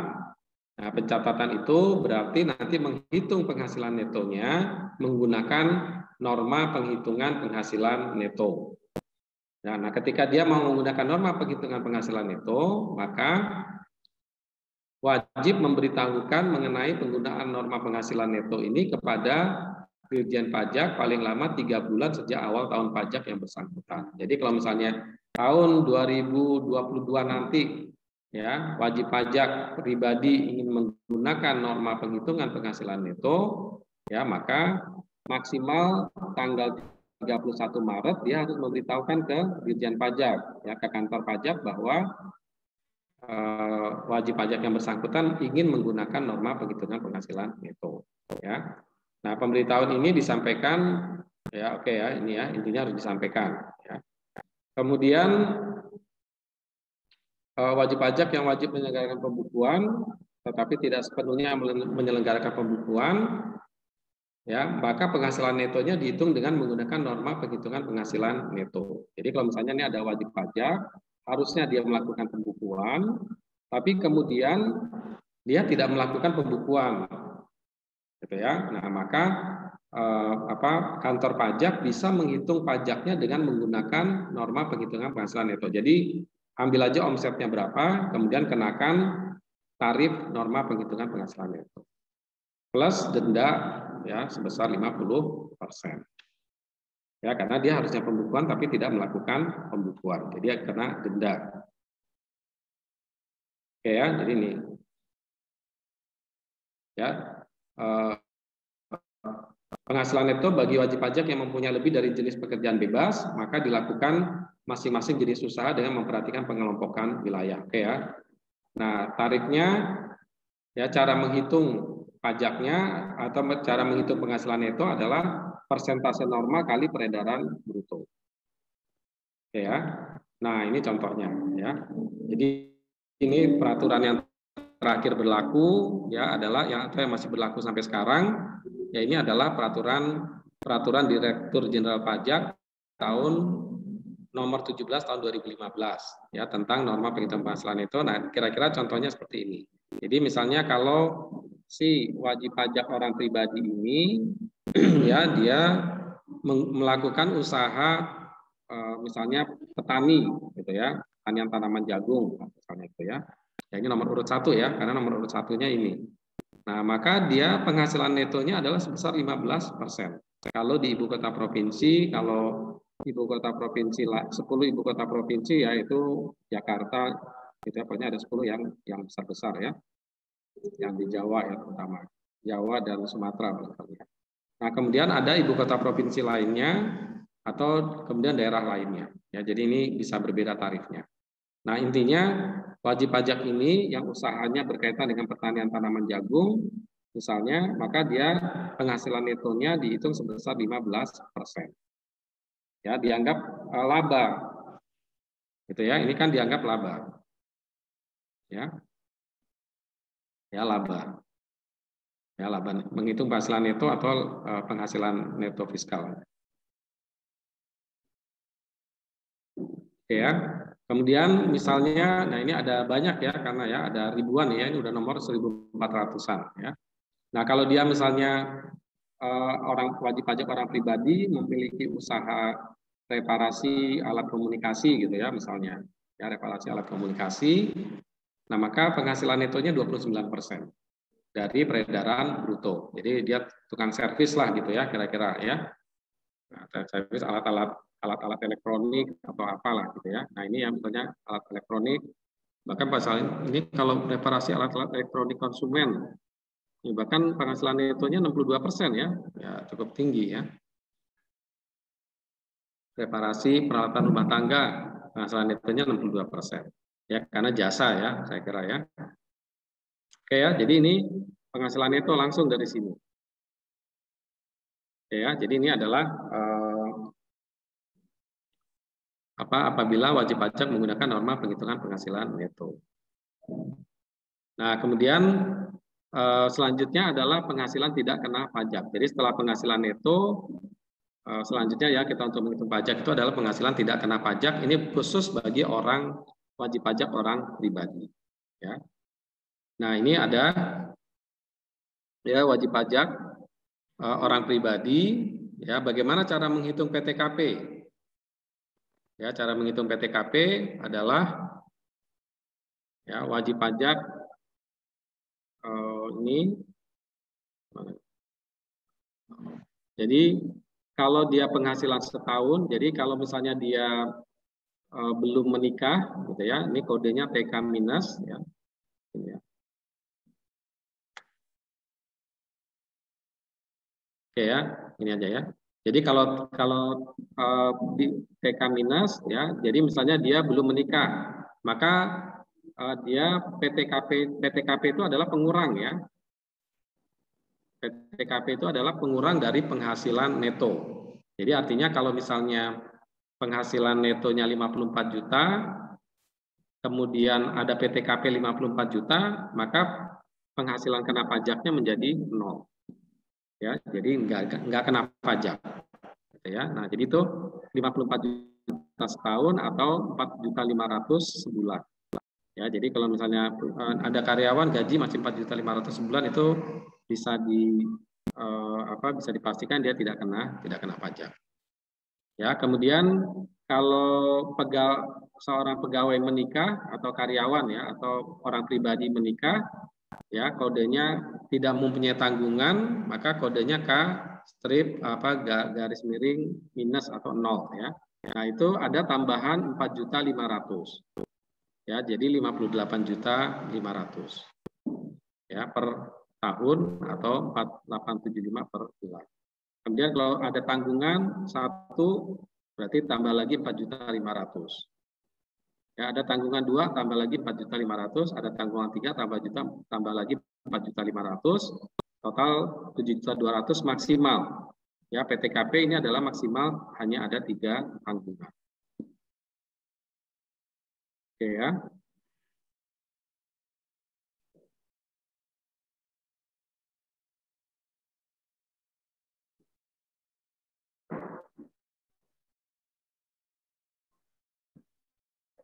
Nah, ini tambahannya adalah 4.500.000. Ya, kemudian PTKP ya ini ini tambahan PTKP untuk wajib pajak kawin dan setiap tanggungan. Ya. Kemudian PTKP ditentukan berdasarkan keadaan pada awal tahun kalender. Jadi PTKP ini ditentukan pada tanggal 1 Januari. Gitu ya. Kalau dia misalnya anaknya lahir pada tanggal 2 Januari, ya maka dia tidak bisa tambah tanggungan anak 1. Ya, tidak boleh tambah tanggungan. Ya baru dihitung nanti tahun depan. Ya, PTKP bagi pegawai yang baru datang dan menetap di Indonesia ini bagi orang luar negeri Ya, dalam bagian tahun kalender yang tahun kalender ditentukan ya berdasarkan keadaan pada awal bulan dari bagian tahun kalender yang bersangkutan. Jadi ditentukan pada saat dia datang ke Indonesia itu statusnya apa, dia kawin dan punya anak berapa, gitu ya pada saat dia datang, gitu ya itu ditentukan waktunya. Nah kemudian bagi istri yang berpenghasilan, ya jika kode PTKP jika istri PTKP jika istri berpenghasilan, gitu ya maka ini ditambah kodenya I ya, terus tanggungannya ada berapa, gitu ya. Jadi wajib pajak orang pribadi dengan status kawin dan terjadi penggabungan penghasilan. Ya, tapi kalau misalnya pisah harta dan penghasilan dengan istri, kodenya bukan K, tapi PH. Ya, pisah harta. Gitu ya, pisah harta. Ya, kemudian tanggungannya ada berapa. Tapi kalau dia hidup berpisah, ya tadi kan ada berapa kondisi ya, kondisi normal yang penggabungan, yang kedua kondisi pisah berdasarkan putusan hakim itu berarti masing-masing. Ya, tapi kalau dia pisah harta dan penghasilan kodenya PH, tapi kalau hidup berpisah kodenya HP. Nah, jadi kalau istri berpenghasilan dengan kode KI ini tadi, gitu ya. Tadi misalnya istri nggak berpenghasilan ya, jadi kodenya K3, ya PTKP-nya 72 juta. Nah kalau dia berpenghasilan maka KI3 ya, jadi ada tambahan PTKP 54 juta ya karena istri bekerja. Ya, jadi 72 juta ditambah dengan 54 juta sama dengan 126 juta. Ya, jadi ini PTKP-nya menjadi gabungan penghasilan suami dan istri, PTKP-nya menjadi 126. Ya, ini tanggungan tadi sudah. Ya, kemudian penghasilan kena pajak. Nah, maka penghasilan neto dikurangi PTKP itu adalah penghasilan kena pajak. Ya, penghasilan neto dikurangi PTKP adalah sama dengan penghasilan kena pajak. Ya, kalau pencatatan berarti penghasilan neto dikurangi PTKP. Ya, penghasilan neto dari norma tadi ya, norma penghitungan. Sedangkan kalau dari pembukuan laba neto fiskal dikurangi PTKP dan kompensasi kerugian ya, kalau ada kerugian. Ya, karena di perpajakan ini kalau misalnya mereka melakukan usaha, kemudian tahun lalu mengalami kerugiannya itu bisa dibawa ke tahun berikutnya maksimal 5 tahun. Ya, untuk mengurangi laba neto di tahun berikutnya. Ya. Tarif pajak ini ada tarifnya adalah tarif progresif. Ya, sampai dengan 50 juta adalah 5%, di atas 50 juta sampai 250 juta 15%, 250 juta sampai 500 juta 25%, dan 500 juta di atas yaitu adalah 30%. Ya, ini adalah tarif pajak yang berlaku sekarang ya, tapi nanti untuk tahun depan ya ada perubahan ya karena undang-undang harmonisasi peraturan perpajakan ya, nanti saya sampaikan kemudian ya nanti ya, ini yang berlaku sekarang dulu. Ya, ini contohnya ya, contoh cara menghitung ya berapa PPh orang pribadi yang terutang jika penghasilan kena pajaknya adalah 450 juta. Ya. Berapa? Ini cara menghitungnya adalah 5%. Ya tadi gimana ini? Sampai dengan 50 juta tarif pajaknya 5%. Berarti 5% kali 50 juta ya. Jadi dari 450 juta ini dipecah ya. Dipecah yang 50 juta itu kena 5%. Ya, kemudian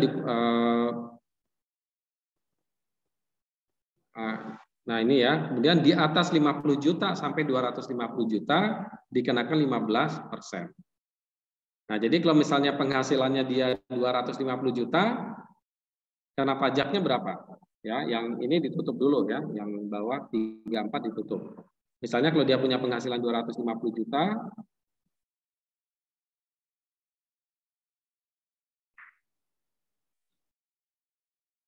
ya, jadi misalnya kalau penghasilan kena pajak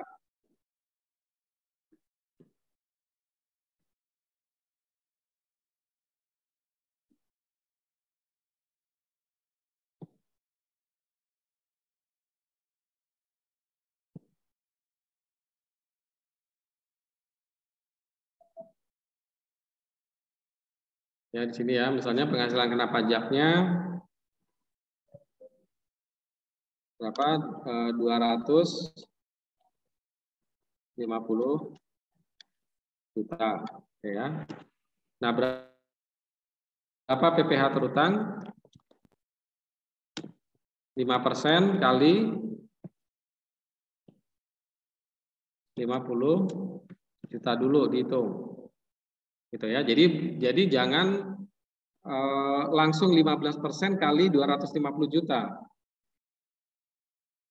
Gitu ya. Jadi jangan 15% langsung dikali dengan 250 juta. Bukan, tetapi hanya selisihnya. Jadi ini misalnya kalau dia punya penghasilan 250 juta, maka yang 50 juta itu dikenakan 5%. Nah, dari 250 juta ya, kemudian setelah itu ya selanjutnya dikenakan tarif 15%. Kali berapa?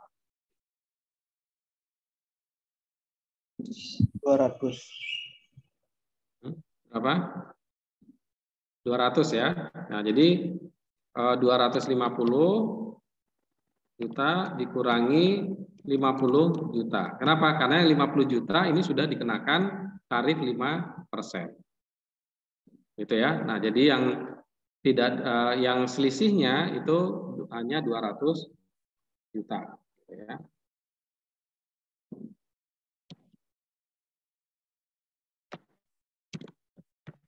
Ya, 250 juta. Oke ya, jadi ini cara menghitungnya ya.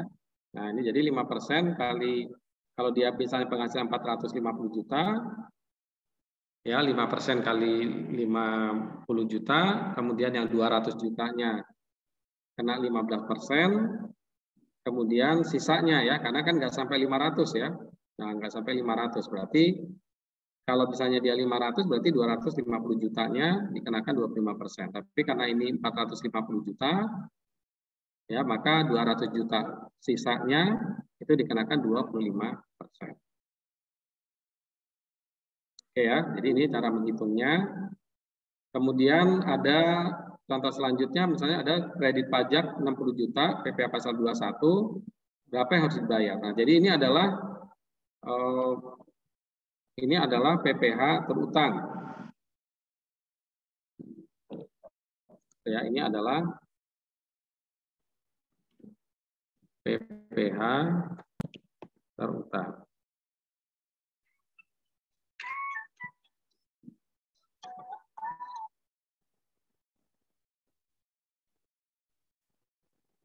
Oke ya, sebentar ya saya.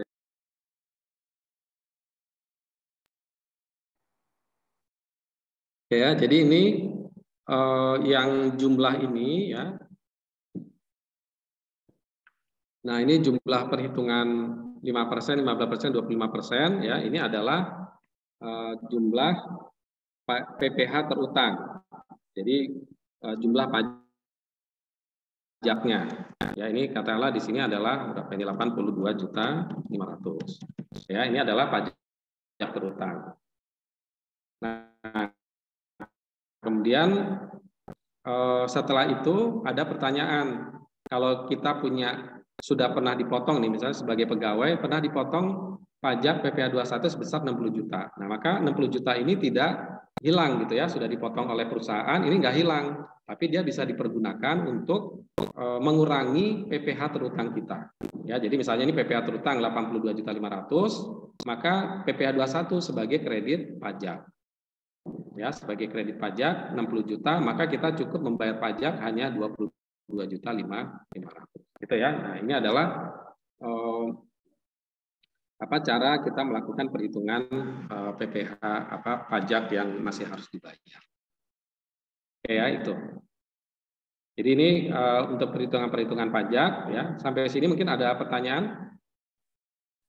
Pak, mau nanya, Pak. Ya, silakan. Ini buat yang di PPT halaman slide tadi, kan kalau misalnya kita misalnya nih wajib pajak punya apa PKP-nya, kalau tadi kan contoh ini kan 450 juta.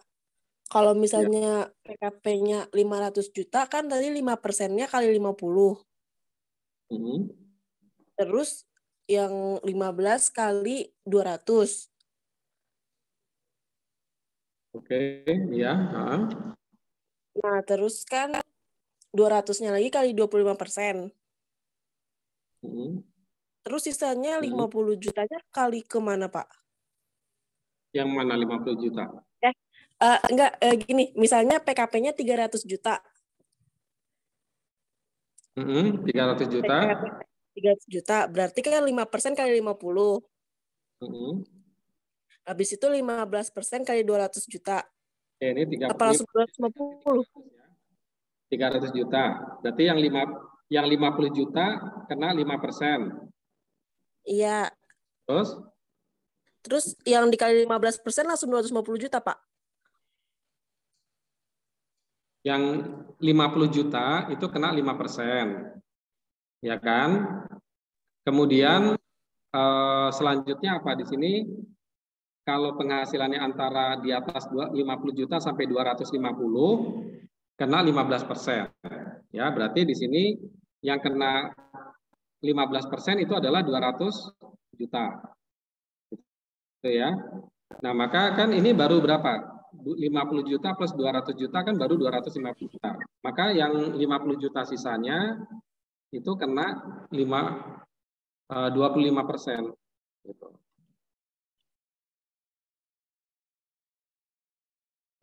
Berarti bukan dikaliin ke yang 5%-nya lagi ya, Pak, sisa 50 jutanya? Oh, enggak. Oh, oke. Bukan. Di atasnya, ya tarif yang selanjutnya. Ya, karena kan ini maksudnya 50 juta ini kan maksudnya adalah ini ya, di atas 250 juta sampai 500 juta. Jadi yang 50 juta ini kan sisa dari di atas 250 juta. Kan ini sudah 50 juta, sudah 200 juta, kan berarti sudah 250. Gitu kan. Kemudian di atasnya lagi ada, ini kan di atas 250 juta gitu ya. Gitu ya. Jadi yang 50 juta ini kena di 25%. Oke. Jadi makasih. Yang lain, ya ini mungkin agak ini ya, agak mudah, bingung, Pak. Kadang agak membingungkan.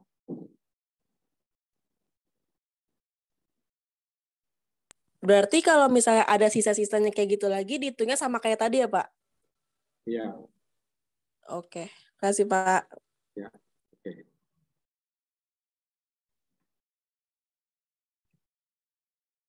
Ada yang lain mungkin yang mau bertanya?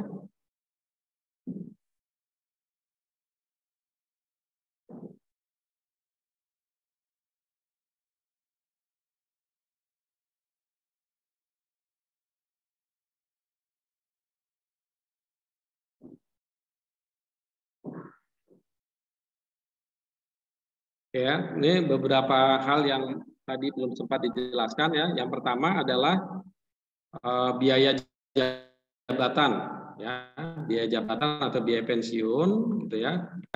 Nah, ini adalah yang dikenakan hanya untuk pegawai tetap.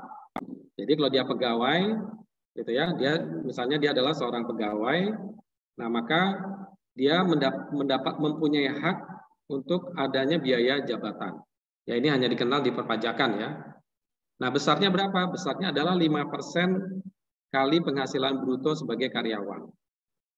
Gitu ya. Jadi kalau misalnya saya punya gaji 5 juta, gitu ya, berarti biaya jabatan saya adalah 5% kali 5 juta.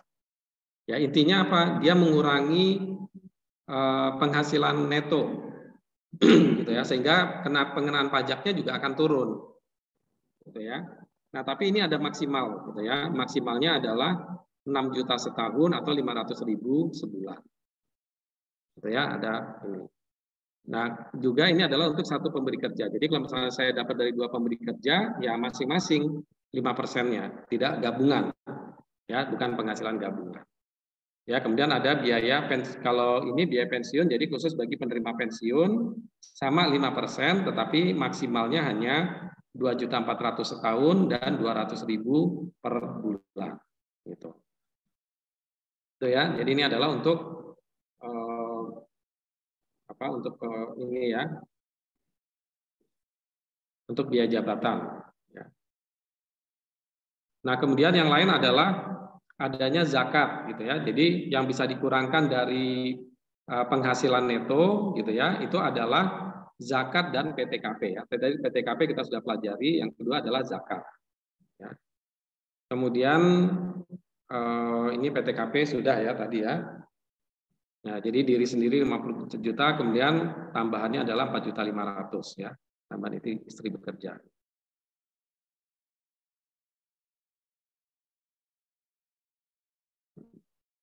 Jadi ini contohnya biaya jabatan, kalau dia punya penghasilan bruto setahun 150 juta, biaya jabatannya 5% dari 150, total 7.500.000.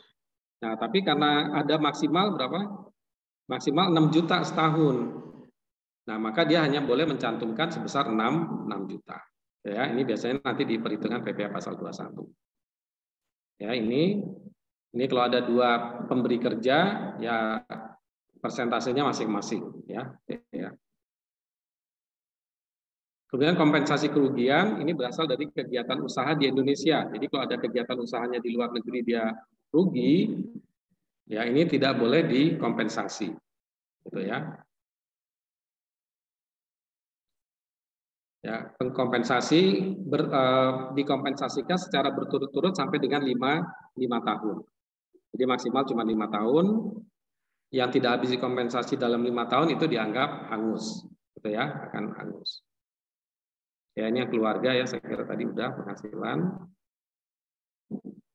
lapis penghasilan. Nah, ini biasanya biaya jabatan tadi diterapkan di dalam penghitungan wajib pajak yang karyawan. Gitu ya. Ada biaya jabatan 5%. Ya.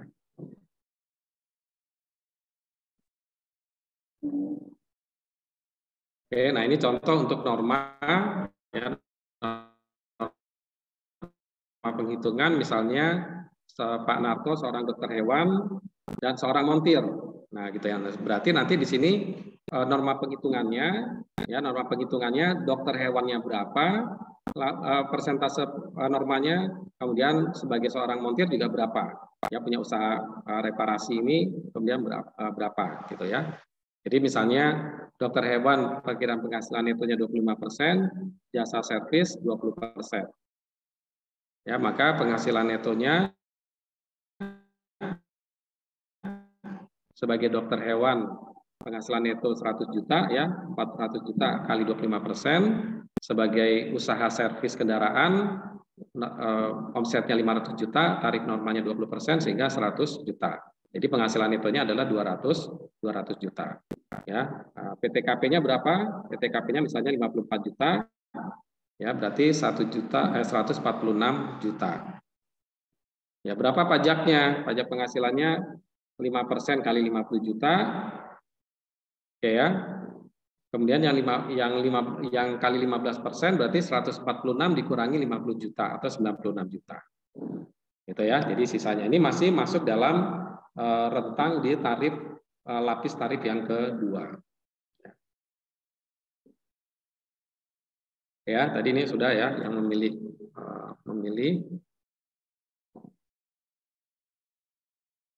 ya, ini contoh saja ya untuk perhitungan.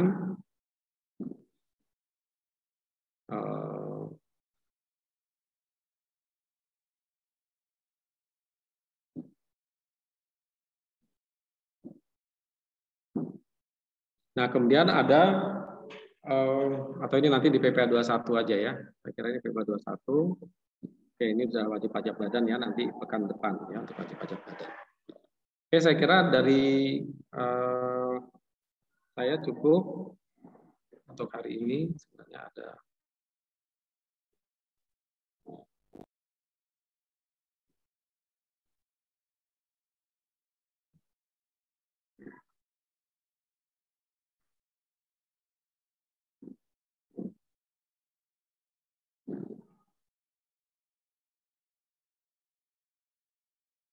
Oh ini ya, sebentar ya, sedikit lagi ya. Nah ini bagan ya yang mau saya gambarkan ya.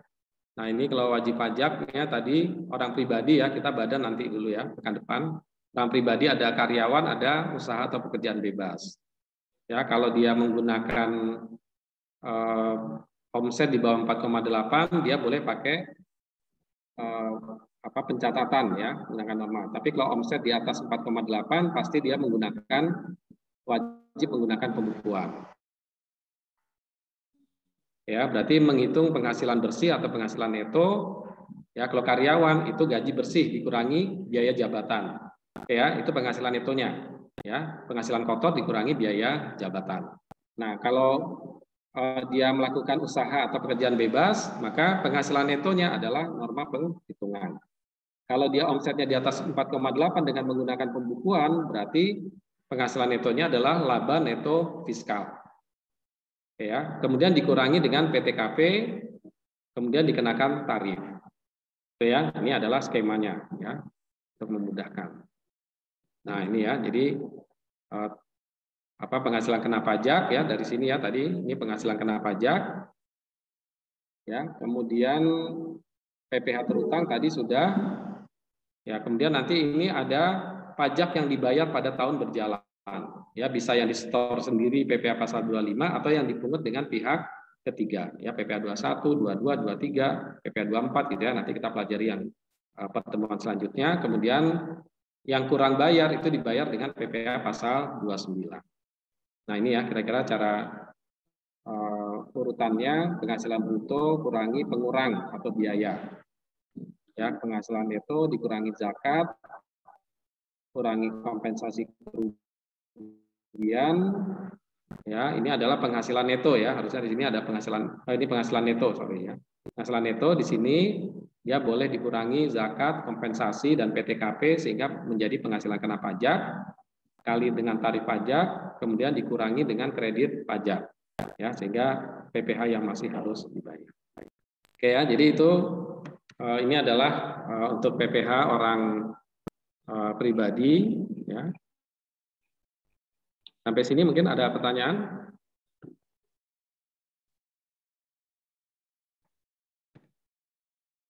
Oke ya, kalau nggak ada pertanyaan, kita cukupkan ya untuk pertemuan pada hari ini. Kita lanjutkan minggu depan dengan PPh badan ya. Baik, Pak.